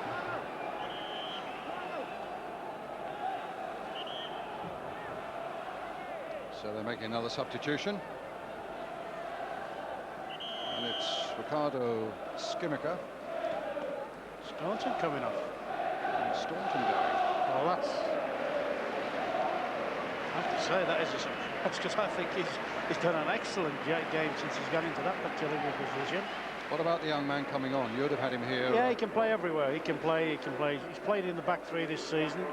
He can play where he's going to play now, which is in central midfield, or he can even play up front. Under 21 international. Got good quality and quite a fierce shot in him if he gets within range. But I am surprised. All right, he gives. So I thought Staunton, particularly with the possibility of extra time coming out, I thought, you know, Brian might have kept his sub right until the end. Unless Staunton's got a knock or something. Well, yeah, but he didn't seem as if he had one enough. He didn't seem very happy about going. It's a great header by Dwight York, but Milosevic couldn't take it up, but Townsend can. Now onto the left foot for him, maybe. No, onto the right foot, maybe.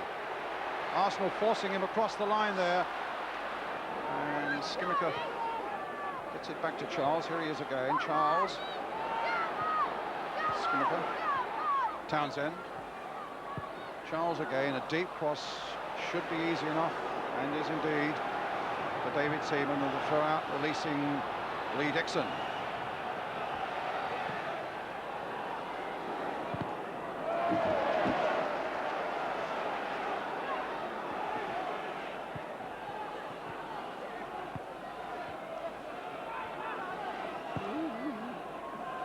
Right. Here goes Draper. Keown with the clearance for Arsenal. Villa's throw.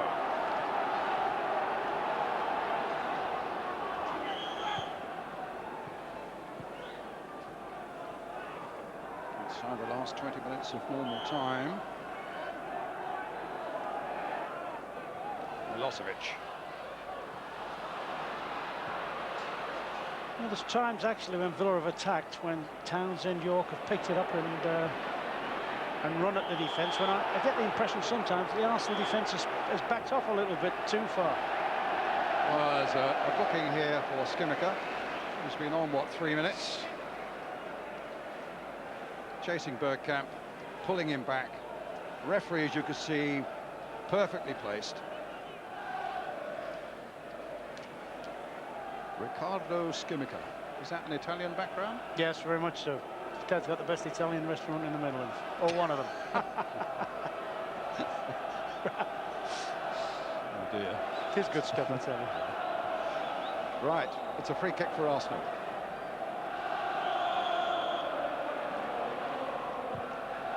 Winterburn with it. Up goes McGrath. Not sure whether it was he got the header on or not. Harler just dinking it in there towards Merson. And Linnigan with a shot. Well, it could have gone anywhere. Wright was almost in the path. A touch from him, and who knows? But it's a goal kick for Villa instead.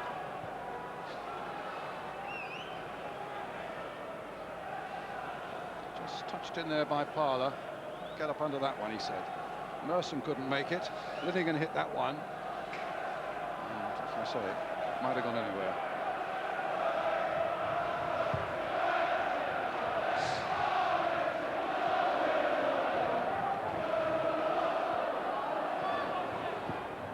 Right, playing it forward. There's Dwight York.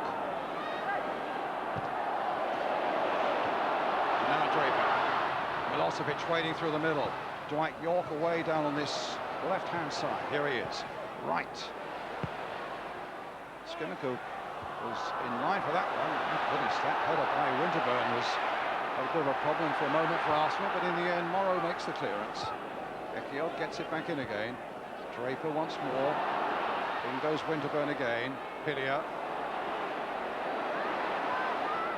Dixon. And now Linnigan. Arsenal fans wanting somebody just to get it out of this danger zone. Well, Linnigan might be the man. No, he's played it wide here for Dixon. Playing with composure, Arsenal, for all the fact that they're under a lot of pressure. Parler. Coca. Hillier. Right. Falls for the other one, Alan Wright, up to Milosevic. Skimmico getting it forward now for Dwight York. He's got his trick here. He might just do his trick here, drag it back on the flag. Nice work by Linnigan again, you know. He's got some really good tackles in tonight. Yes, he stuck to his task very, very well, because with them playing with the fullbacks pushed on, very often the ball's gone into space down the sides, like that where York receives. Andy Townsend. Milosevic waiting in the middle. He's gone for a throw. Yeah, but it's positive, wasn't it? I mean, good link up there. He took a good little ball off York there. York's been at the hub of every attack. I think the Villa bench will be a little bit disappointed with the contribution his partners had. Derby 1, Luton 1. Benny Lawrence continuing to do good things at Luton since his arrival there. Derby dropped points, they would regard that as certainly. Wolves 2, Leicester 3. Great comeback there by Leicester City. 2-1 down at half-time. That could be Leicester's first win, isn't it, since Mark McGinn left? I think it is. That's how the game is strange anyway, throws and things like that. Just a little flurry there between Milosevic and Keogh. Nothing really to get terribly upset about. The referee quite rightly making his point. Milosevic is English, I'm told he's quite good now. Keown's is improving as well. One in the last. I'm sorry? Keown's is improving as well. Yeah, Milosevic, 1 goal in the last 12 games. Everybody said that's his biggest problem, the big fella, big Milosevic. He can't score goals. All I do know, he's got 5 against us this season. I love it when they tell me he didn't score goals. So, really. Well, he had a terrific record back in Belgrade. So that's 79 in 3 seasons. Still in his early 20s. Always a good break. Gary Charles playing it in north. Poor Milosevic there, but he couldn't take a hold of it. He was very well tracked indeed again by Keogh. But a terrific ball from Dwight York that got it going in the first place. Merson.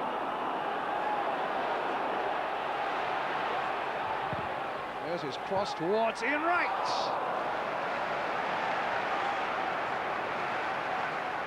A good driving run again from here, and ignores the safe option and puts the ball into the danger zone, knowing that that man's always going to emerge on it. Hasn't got a full header on that one.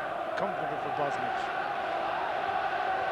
Up goes Linnigan, wins it in the air. He's got support here from Winterburn. That's given away badly there.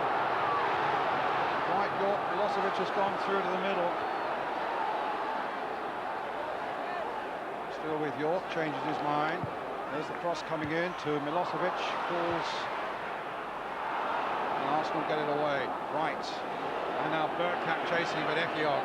Bergkamp, Ekiog going for it still. Big Villa defender in pole position. And calmly gets it away to Gary Charles. Given away again, this time Parler takes it up for Arsenal. And given away? No, it wasn't a foul. It's a good advantage, in fact, played by referee Birch. Dixon.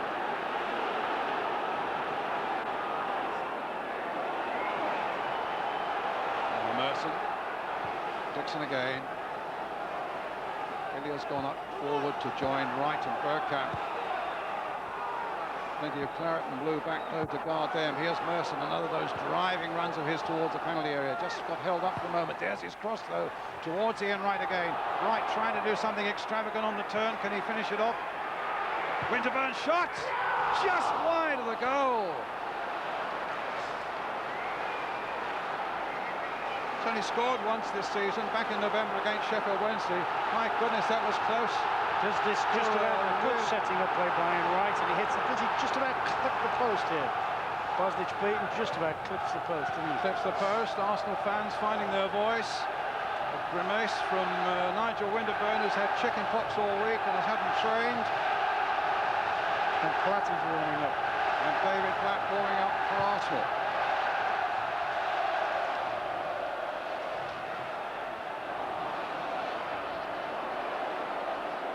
Oh, that was a challenge by Parler. He's already been booked, and he was fairly high. He's got the sympathy vote on that. He did indeed. No danger. Skimmaker. No danger. We see an awful lot of bookings for far less than that.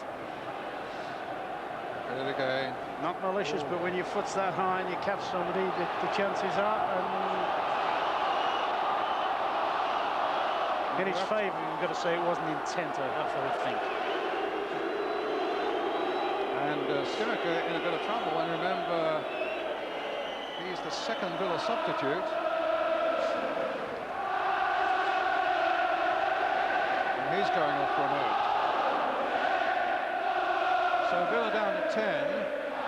Their other substitute is the goalkeeper, Michael Oakes. It's coming back on now. Skimmaker's coming back on now. Southgate with the kick. Keown with a good header. Southgate, yes, it's that business where they have to go off and then get the referee's attention and come back on. So Villa back to full strength. Morrow's header. McGrath playing it in again. Oh, Mike York with an overhead kick. Well, he's having that sort of season. He genuinely probably thought when that ball went in, when McGrath keeps it back in the danger zone, that there's a... As soon as he makes contact, I bet he thought he was going to score.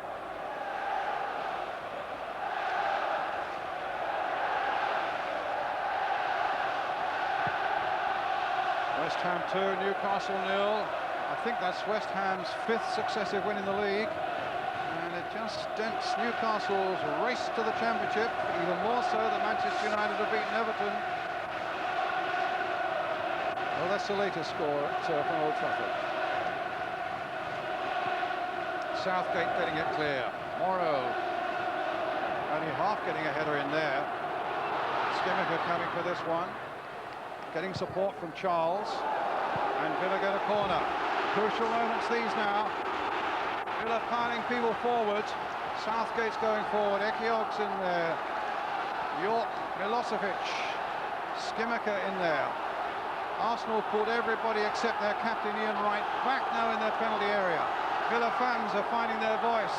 Here comes Andy Townsend's corner now. Held in, coming to nothing as yet. Dwight York chasing it, pursued by Dixon. Draper onto that right foot perhaps. Bergkamp stopped him, and Parler on the chase now for Arsenal. And Merson's made a terrific run through the middle. Wright's up there with him as well. And the back heel falls conveniently for Ekiog. I think he genuinely thought Merson was running on past him there. Milosevic brought down by Morrow. Free kick. Steve Morrow a little unlucky with that.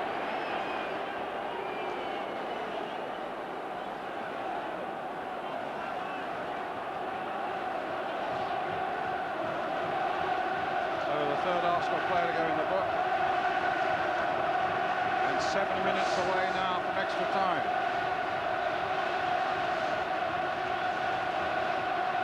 What do you fancy now? Well, Villa seem to have more adrenaline going for them, but you were always wondering about Wright, Bergkamp. I mean, I felt all along it could go to extra time, but you get the impression Villa don't want it to go to extra time. But they're going to try and win it in, the remaining minutes now, because they've stepped up. Everybody's gone forward, including Big McGrath. His knees don't want to go into extra time. Gary Charles with the free kick. Hillier with the clearance, just dinking it forward. Merson looking to get the better of Draper, but can't do so. Andy Townsend. Skimmicker getting it back. Alan Wright knocking it forward towards Dwight York. Good challenge again, that time from Keogh.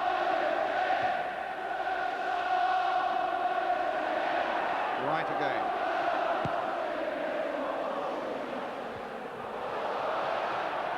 Dixon just got there first. Milosevic, a good turn. We haven't seen a lot of him. He's tumbled again now. Taken down by Parler. Another free kick to Villa. Parler's a silly boy there, All right, the referee's not going to do him for the free kick, but he's actually knocked the ball away afterwards. And remember, he's already been booked.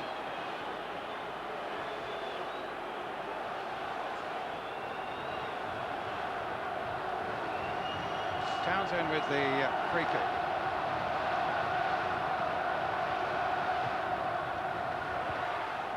Arsenal get it away.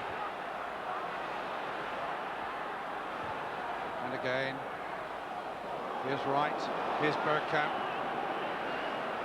Claret and blue shirts are flying back in defence now. But Bergkamp, and he just caught Draper there.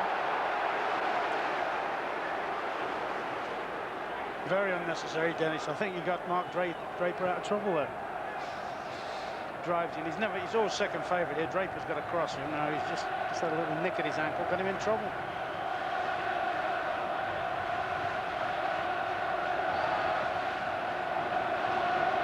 Manchester United leading 2-0. Brady scored from Old Trafford. Roy Keane both the goals. Remember that Newcastle having lost at West Ham. Here's Dwight York, 0-0 here still. York trying to play it in. Oh, the flag was up. The linesman's flagged well in advance.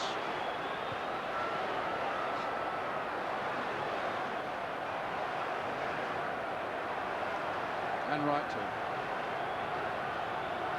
Some great saving there by David Seaman. Ricardo Skimmiker.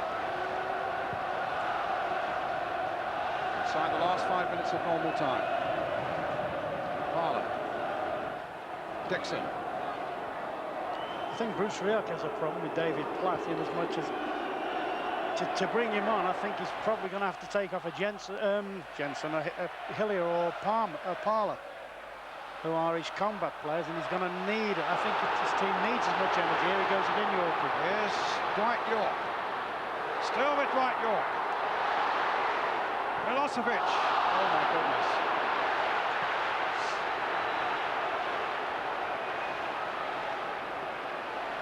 But you get the feeling that every time, look at York, he's driving for the heart of the defenders. They're frightened to dive in him. They know he's got a trick in his locker. They're backing off, good double banking, but he stays persistent, nudges it out here, and that has epitomised Savo's finishing at the moment. But just confidence is absolutely at zero at the moment. Milosevic. Merson did well, but I don't think he'll get there before Wright. No, Wright finds Townsend. Townsend to Draper, and now back to Southgate. Nudge forward, but straight to Dixon. Arsenal with a chance of coming forward, and Ian Wright and McGrath just gets there first for Villa. Gareth Southgate.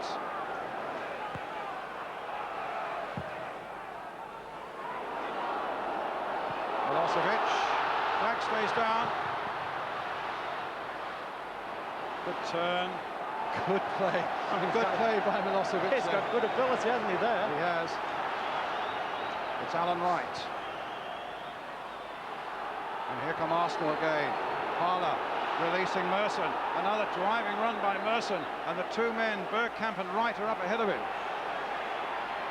Still Merson. And Wright can't quite get on the end of it. I could almost see Wright diving in at that. I was looking at that. I'm trying to imagine. I got the distinct impression Ian Wright could have flung himself at that. I know it takes a deflection. I mean, this is good feet here. He tacks them. I mean, he has been an orthodox winger each time. Goes past the curling ball into a danger area, gets the deflection. No. And normally, he couldn't have dived at it, but normally he's the great anticipator, isn't he? 2 minutes, indeed 90 seconds now to extra time. Townsend with a header. And now Dixon. Hit towards Bergkamp. It's Wright. To Dwight York.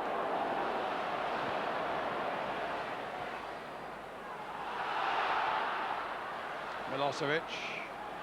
Last minute of the 90 minutes.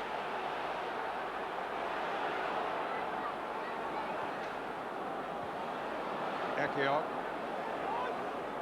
Southgate. Wright. Down the line. Milosevic.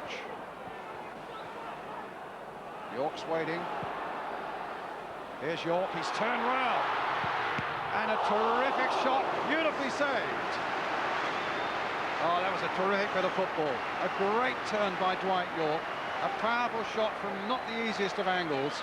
And some excellent keeping once again from David Seaman. There was the turn. High class.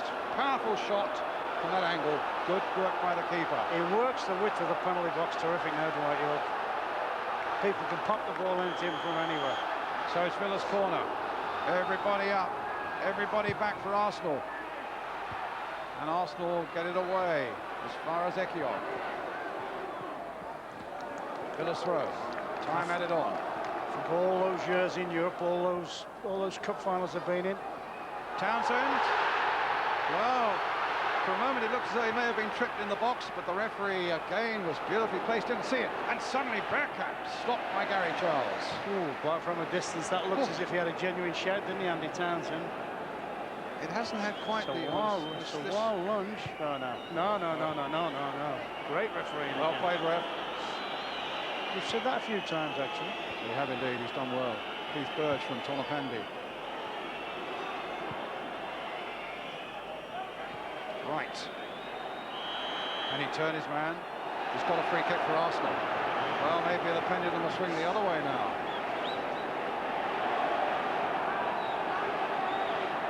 Played at time, 91 minutes we played.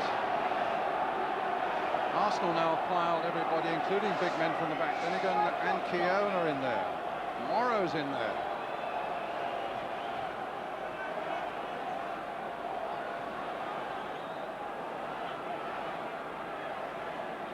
Winterburn may play it short for Dennis Bergkamp, do you think? I think that would be the logical one. They want Bergkamp. He really wasn't standing 10 yards off the ball. But here's Ian Wright. No, good defending by Ekiog. Knocked in again. Bergkamp again. This time Southgate has done brilliantly for Villa. And if he can play a ball away to the right, he can't while he was thinking about it. Ray Parlour came in for Arsenal. The little flick is with Keown. And now it's with Dixon. Referee looking at the watch. 2 minutes of time added on.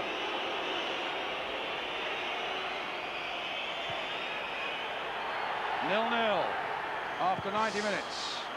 2-2 on aggregate. And this Coca-Cola semi-final goes to extra time.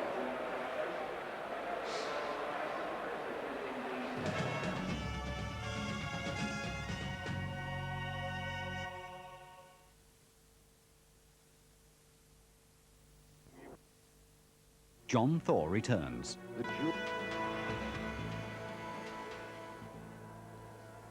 Hello again from Villa Park, where we are heading for 30 minutes extra time because it's finished 0-0 here.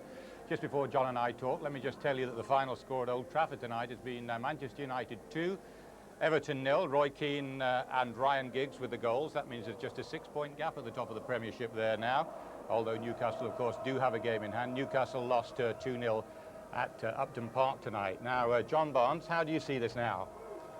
The league or the game here? No, this, yeah, well, I know Liverpool are involved in that as well, but let's talk about this important issue first. Yeah, I think that Arsenal are going to have to do something. The way it looks like a nil-nil all the way, but I think they've got David Platt on the bench. He's been warming up for the whole of the second half, so I can see him coming on. You mean they've got to take a chance because if it finishes 0-0 at the end of this, then Villa go through on the away goals? Definitely. I think Arsenal have had the better of this match, to be honest, but I think... Better chances? Better chances, and they've played better than Aston Villa, but I think if it finishes 0-0, obviously Aston Villa are the ones who are going to go through. So although Arsenal have been playing well, they really do have to throw an extra attacker on, and David Platt is the ideal man. Okay, thank you, John. Well, here we go then. 30 minutes extra time, as I mentioned. Let's go back to Ron and Brian. Start of the extra time, where, to put it simply, Arsenal just have to score. The only way they're going to win on away goals is going 3-3. And to be honest, you can't see that happening in the next 30 minutes. The only way they're going to get through is, I suppose, on a 1-0.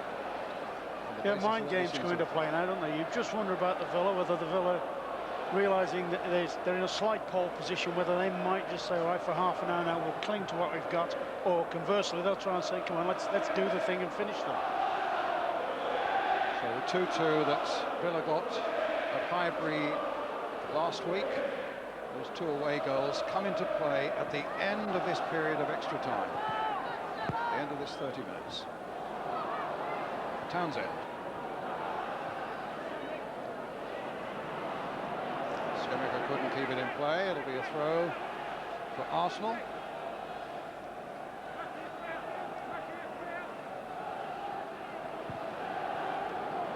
To Merson. Keown. Townsend backed off him for a moment there.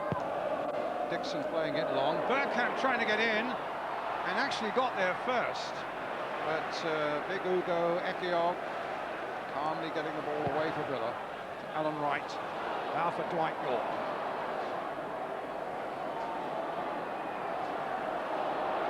Play here by York, but then tried to get an extra yard across the face of that penalty area, and Parlour was in. I thought there was a moment then when Bergkamp was going onto that, was a similar situation to what he had at Wembley a few years ago against England. And he just flipped a little volley over the top of...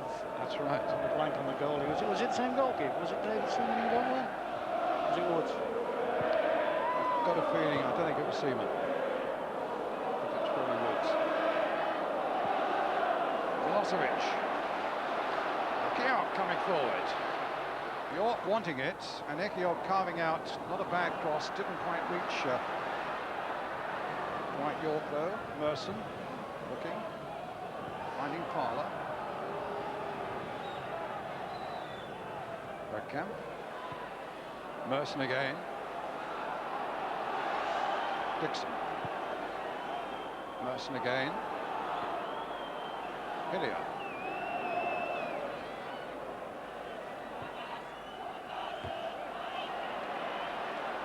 No foul. Milosevic takes it up. Dainty footwork on the ground there. Winterburn's in right trouble there. It's cramped up there, and on the side of the field he should be defending.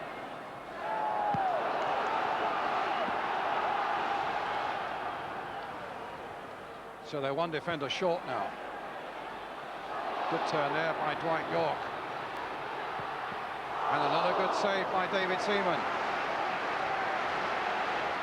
I think Milosevic is probably wondering why he doesn't cut this one back, but of course he's on the goals. He accepts it good, goes in on the keeper, but he's got a great chance to cut one back. You can't quite see Milosevic, he's out of picture. Well, they get a corner.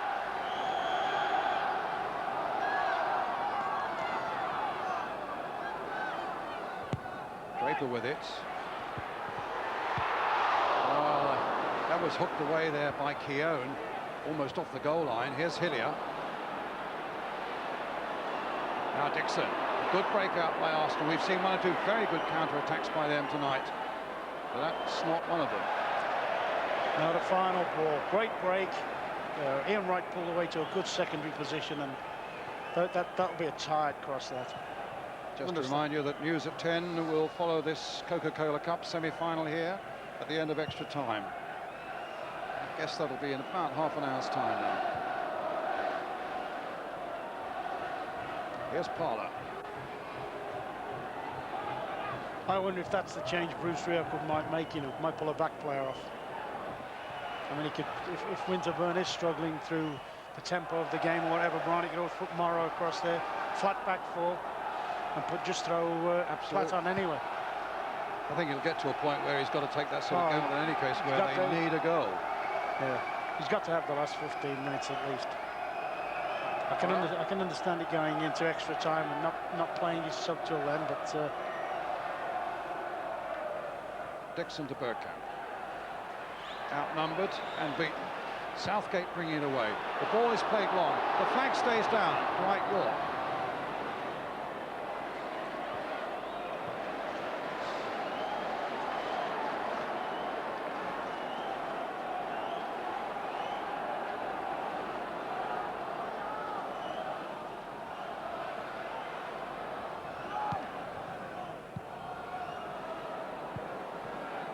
Townsend. Milosevic. Got some support from Alan Wright. Makes good use of it.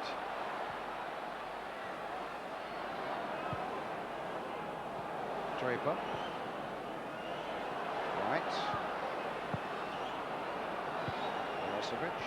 Townsend.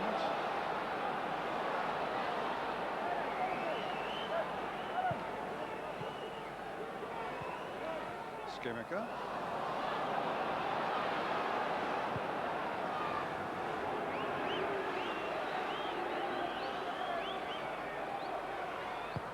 And Seaman with the clearance. Right.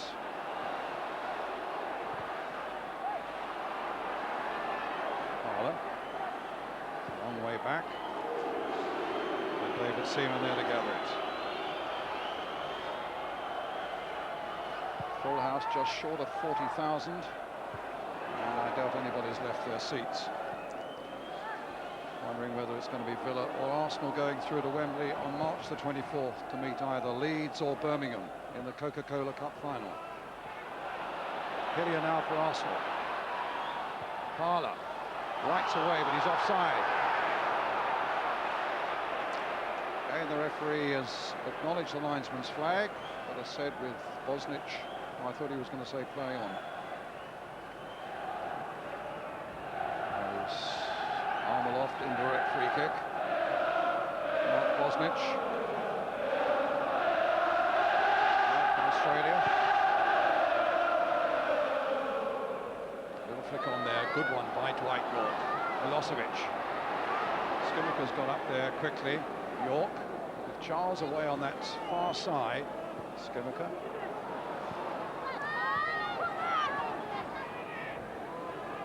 Again, Skimica. Ricardo Skimica. Got it back again. Some nice play by York. Milosevic almost with a chance there of tucking it away, but couldn't quite find the ball when most he wanted it. Ekiog. His power and his strength taking him through. Milosevic miskicked. And Arsenal breathe again. And they need to breathe because they're getting swamped in this period. Merson. A little touch, Bergkamp. Merson, that was a delicate touch by Bergkamp. And the ball into Wright, a delicate touch by Wright now. Bergkamp again. Dixon's up on this side.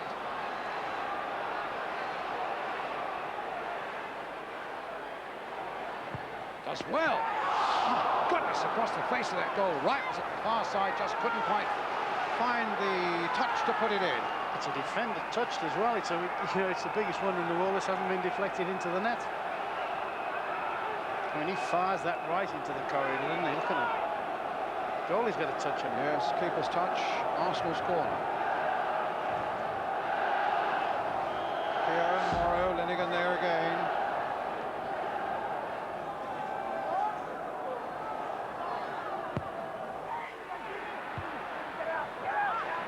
Got to get it away safely. Hillier.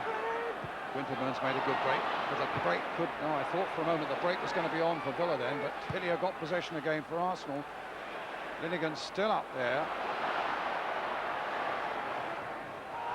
Wright got there fractionally before Southgate.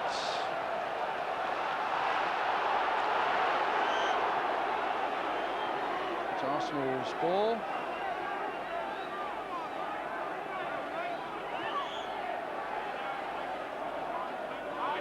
I watched Lee Dixon when he fired that one across the face of the goal, and that's probably the first time he's been in the last 10 yards of the field since the first half of normal time.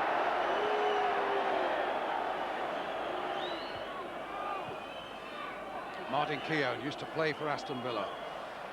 Dixon. Oh, it's out of play. It's a Villa throw. Nearly 10 minutes of the first period of extra time gone. And Villa know if they keep the score this way, it'll be they who go through to Wembley.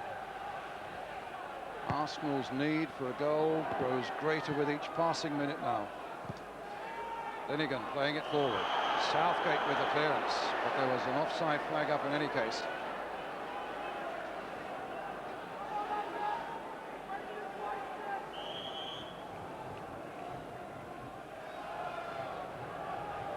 Bruce Rioch and Stuart Houston. David Platt. He's warming up, is he? I can't see. He's down there, Brian. He's struggling. Well, he fell all over Milosevic there. It's a free kick to Villa. Townsend will take it. Skimmaker, McGrath, York, Milosevic are all in there. Ekiot coming in as well. This will need to be defended well. Townsend curling another one in towards the far post there. Skimmaker didn't quite get the touch he wanted. Milosevic was close at hand, and in the end it's a throw to Villa.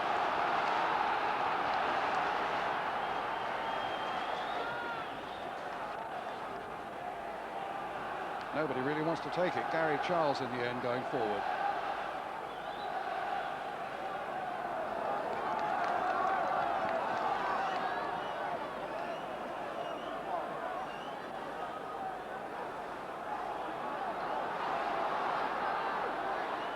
Good long throw there.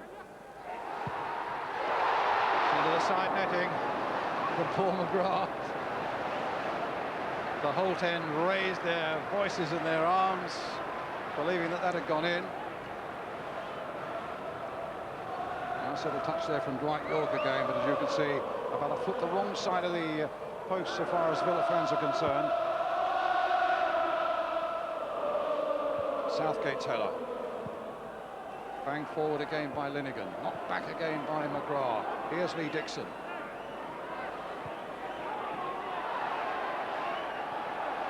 Dixon's done well here. Wasn't far from an obstruction there by Draper. York. Back to Townsend. Wright's in there as well.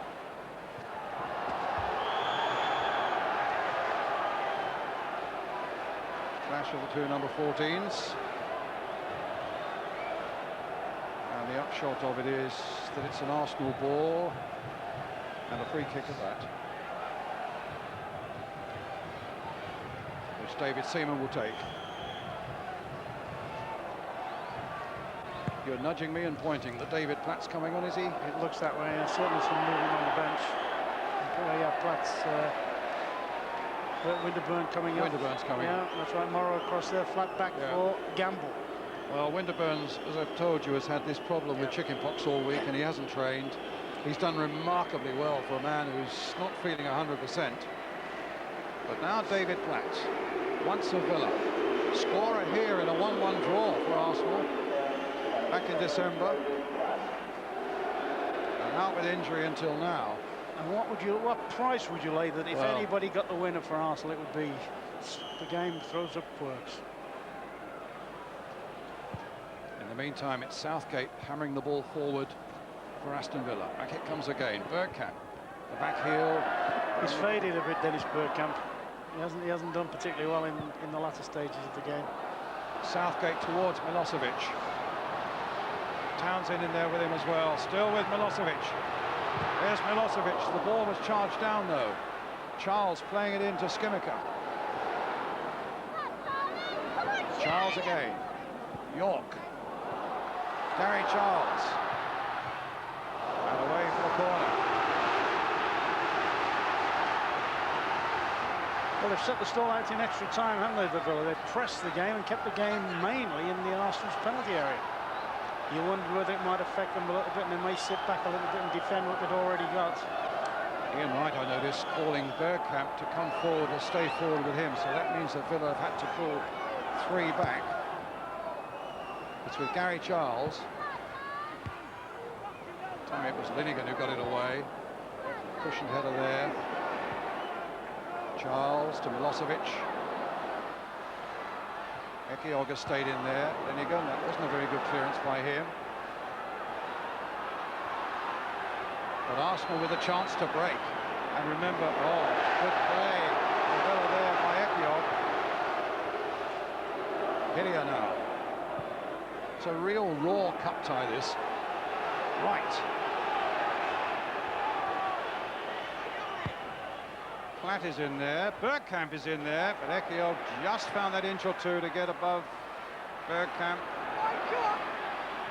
And to earn a bit of breathing space, Bergkamp again, to Wright on the volley, but the flag is up. And by my watch, that's the end of the first 15 minutes. Well, if you've got 15 minutes to score a goal to go to Wembley, you wouldn't mind having Wright, Bergkamp and Platt chasing it, would you?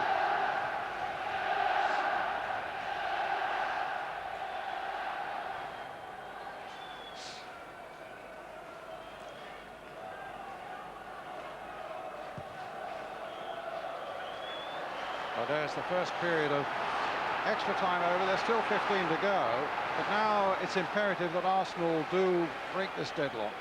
Just to remind you that news at 10 will follow after the football. Well, Ron? Villa look fresher, Villa look stronger, Villa look quite controlled, as they would do having the pole position. But the thing that would nag away if you were playing against them would be Arsenal are the side that can, out of all the sides, they're the one team that can possibly get a result when maybe you're not expecting it. A quick word from John Barnes. John? Yeah, I thought we might have seen David Platt a bit earlier. I thought we could have seen him for all of extra time because it's very difficult to get into the match in 15 minutes. But I think that we'll have to watch out for him because if anyone can pop in when least expected, it's David Platt. Where's your money? It has to be at Villa at the moment because, to be honest with you, I can't see either team scoring.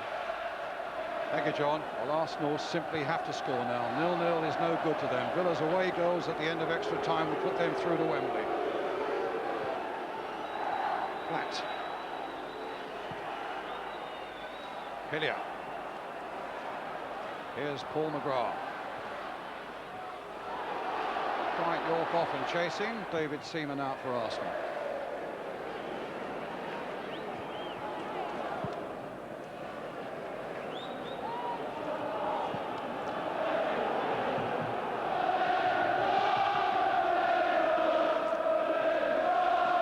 Dixon with the throw for Arsenal. Harlow. Hillier. Merson.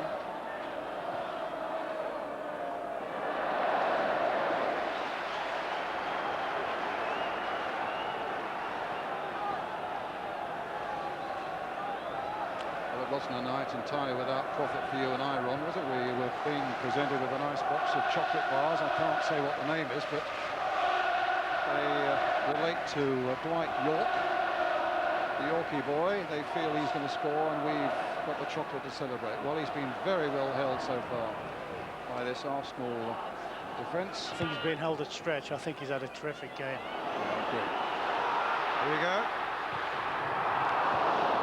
Fancying him for my life as we're talking about it now. I thought he's going to score here. Because the season he's having, and I mean, that's a good chance for Dwight, that.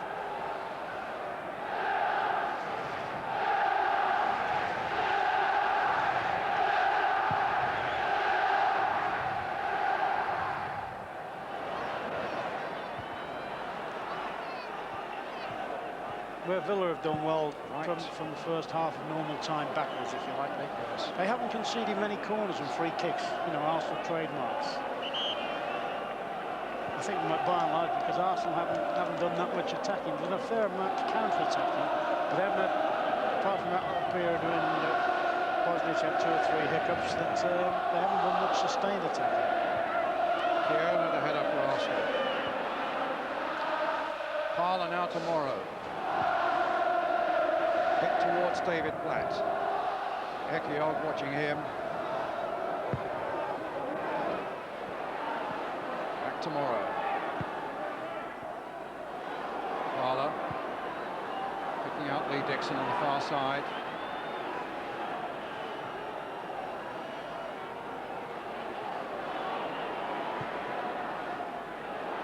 Just about getting to his feet now.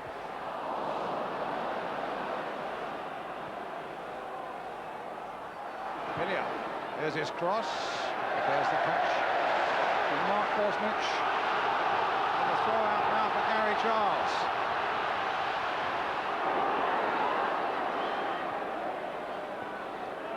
Draper's available. Bergkamp still struggling.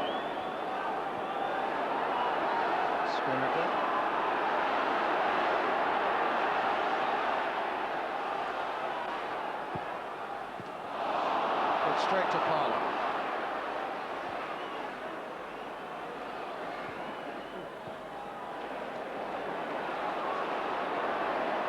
Townsend. Up to Milosevic. Back again to Townsend. Shoveled forward by him towards Dwight York. I think that's the end of the game for Bergkamp by the look of it, unless he quickly shows an appetite. I think from the bench they're saying, can you or can't you? You know, we've got no time to mess around. We need you now. Well, they can't do without him. Whatever. I mean, in a position where you need a goal, you need a Bergkamp. Like a handball with Skimitter. Merson, backward header. Good one by McGrath. Bang forward again, is towards Dixon by Linnigan. That's a nice touch by Bergkamp. Gets it back from Ian Wright. Plenty up for Arsenal now, but Bergkamp's cross not good enough. Dixon.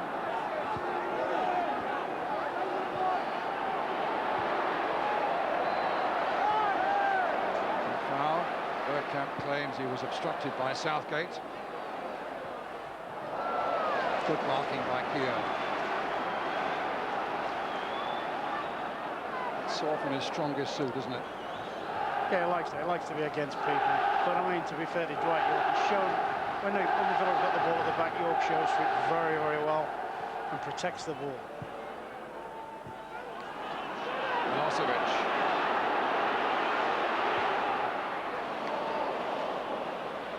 Ray Charles. And now Mark Draper. Andy Townsend. To Sava Milosevic. They can afford to do this now, can they? Keep the ball and try and draw them out. York. York's made a little break. Okay. It's good football there between York and Townsend. Dropped it off into the midfield. Just a little spin run and Andy played a ball around the corner for him. As it stands at the moment, Villa 9 minutes away from Wembley. Just to remind you, it stays like this 0-0. Villa will go through on their away goals, the 2-2 at Highbury. Bergkamp. Can Arsenal somewhere find a goal?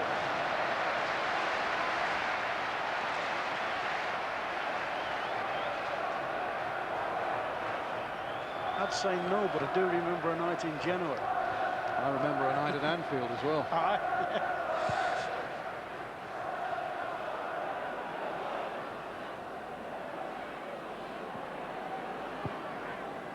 Dixon to Bergkamp. Townsend being chased by David Platt. There's a battle for you. And a bit of shoving there by Platt gives Villa the free kick.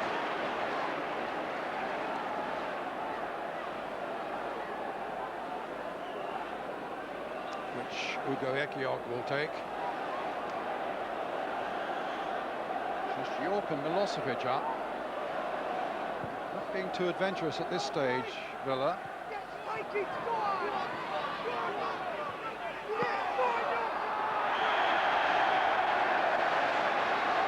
Another free kick to Villa. Yeah, this is all very handy, and he keeps the game very low tempo, just nice and steady. That's really what the Villa want at this stage. Very noticeable, they're not pushing too many forward. They've got 4 back.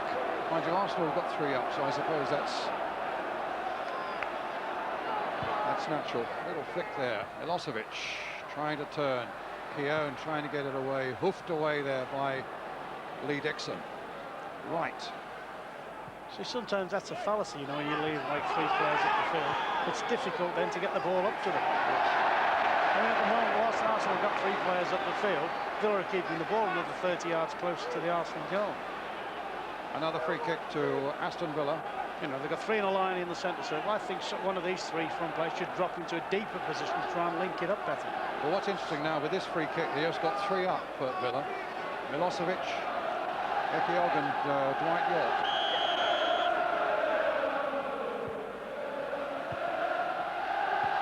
And Hillier. Wright gets in there. Throw goes Arsenal's way. Don't forget, after the football, you'll be getting news at 10. And there's just 6 minutes of extra time now to go.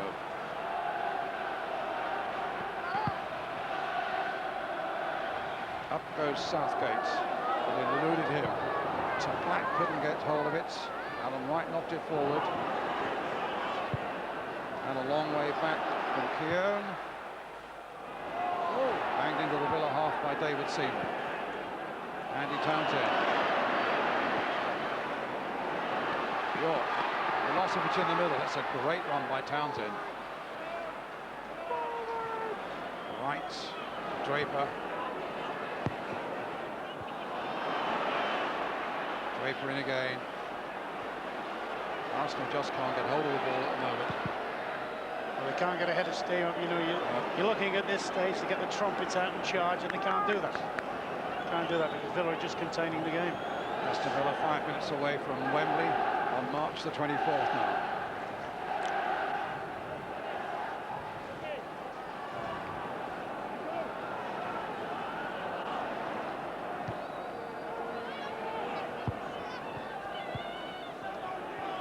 Dwight York, Milosevic. Well, given offside, I would have thought Morrow probably just played him onside. It's a free kick for Arsenal at any rate.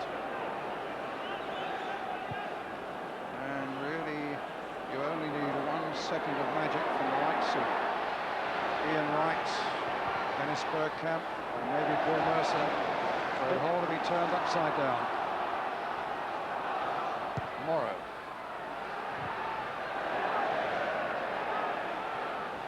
4 minutes to go. And Hillier in a collision there. Hillier, who's been booked already, incidentally. So he's not. To be fair, he'd have been very unlucky to get a second booking because he's not once taken his eye off the ball there, Hillier. He's focused on the ball all the while. But once again, sensible referee.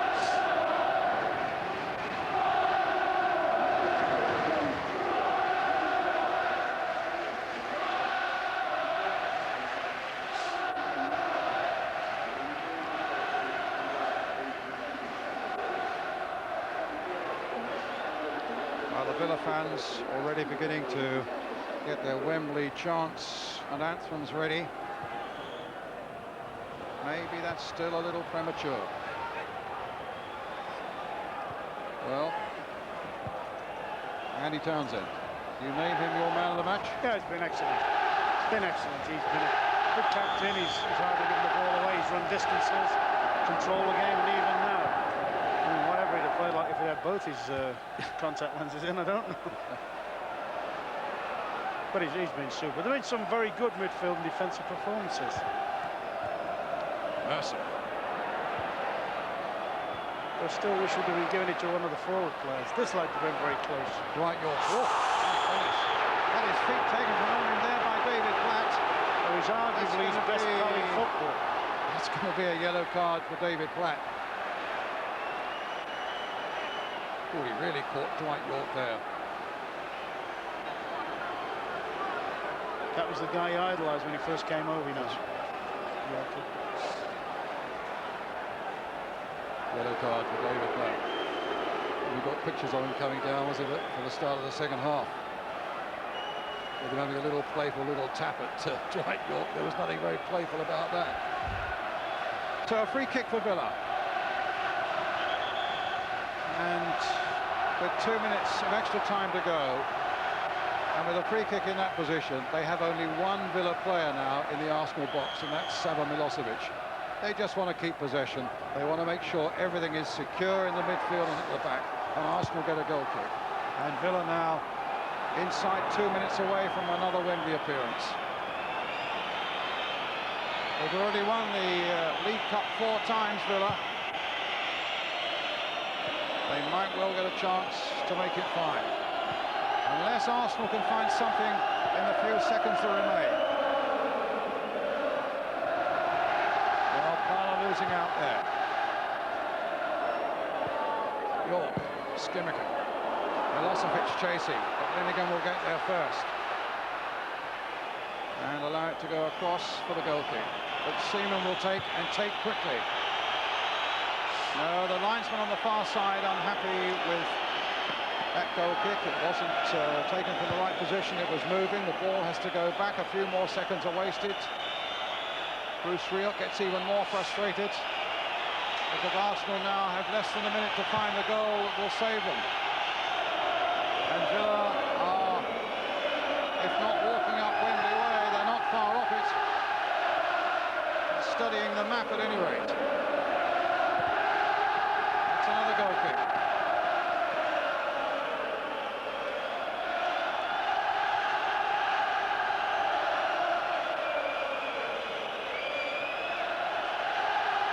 Seaman with the kick. Morrow knocking it on. David Platt. Can Wright or Bergkamp yet work some magic? No, Villa again defending stoutly. And suddenly Dwight York is away. Morrow's gone with him, but York just happy to keep possession at the moment. Milosevic is waiting in the middle, but he might just wait in vain. We're now playing time added on at the end of extra time. Referee's done well in this game. Both sets of players have done well. They've been a credit to their clubs. They've given everything. Arsenal wrought by injury problems and illness problems. Have battled superbly.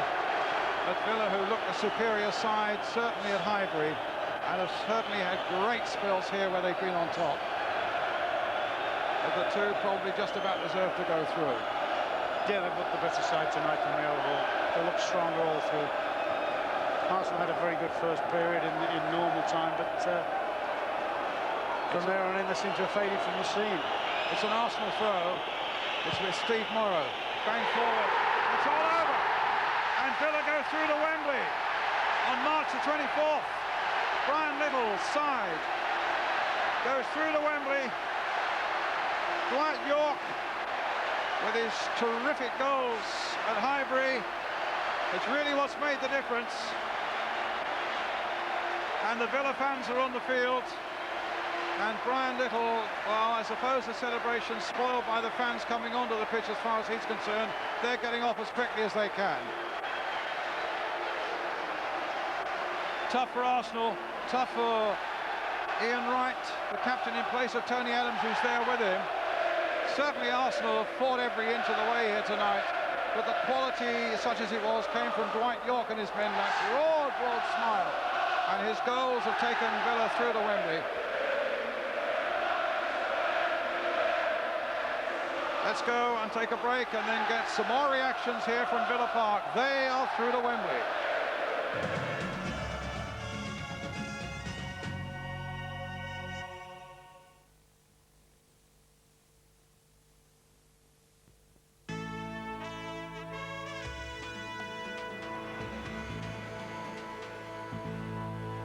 Villa fans are celebrating here at Villa Park. It's Aston Villa who go to Wembley on March the 24th for the Coca-Cola Cup final. They go through on the away goals, and we can hear from Andy Townsend now. He's with Gary Newpont. Andy, you're at Wembley, but you really had a fight on your hands there tonight. Arsenal made you battle all the way, and it was the away goals at Arsenal that counted in the end. Well, they did in the end. They proved vital in the end. I'm delighted for everybody, because some of the lads here haven't been fortunate enough to play in a major final, and I can tell you it's wonderful. Now we've got to go and win it. And you set up a new record today, 14 attempts to get 5 contact lenses in. No, it was perfectly planned, Gary, because I knew we were going to have extra time. At my age, I need the extra 5 or 10 minutes off the side of the pitch. It's quite a side you got here at Villa this season. I mean, we've been playing well, been on a roll, confidence has been high. But, you know, all credit to everybody, not just the 11 players. All the management, all the staff, everybody has been fantastic, and you know, we're one big team. Okay, well done. You're at Wembley. Thanks very much. Get in there. And for you, Gareth Southgate, something special, because with Crystal Palace, you're in 2 losing semi-finalists last season. Yes, that's right. I thought I was never going to get there, but I think the first game really we got the upper hand. And tonight, as you saw, it was a very tight, tense affair. But we knew if we kept a clean sheet right the way through, we'd be okay. And that's been one of our fortes this season. And for you, Wembley will be a bit special because you just had 10 minutes as an England sub. Yeah, I can't wait to get there. I mean, it's brilliant for the supporters. You know, this club has got great ambition, and hopefully we can put a trophy in the cabinet this year. Okay, well done, Gareth. Let's go back to Bob Wilson. Well done, mate. Sure, Gary. Now then, John, it was very close, wasn't it, to say the least? Yeah, I think that over the 90 minutes, I think Arsenal played quite well, but I think Aston Villa controlled it in extra time. They kept the ball, they kept possession. Although they weren't particularly doing anything much with it, they kept the ball away from Arsenal, and Arsenal just couldn't get the ball off them. Yeah, as you say, I mean, they deserve to be there. They're a good side, really good side, aren't they? Definitely, particularly over the 2 legs. Not necessarily tonight, but the way they played at Arsenal, that for me really made it for them. Okay, John, thank you very much, and for your sartorial elegance as well. Let me just tell you about Sunday, about our programme on Sunday afternoon on ITV at 3:55. That's when we'll see how Leeds or Birmingham have become the opponents for Villa at Wembley on March the 24th, and that final, of course, is live on ITV Sport. But here at Villa Park, well, it's finished 0-0 on the night after extra time, but Aston Villa go into their record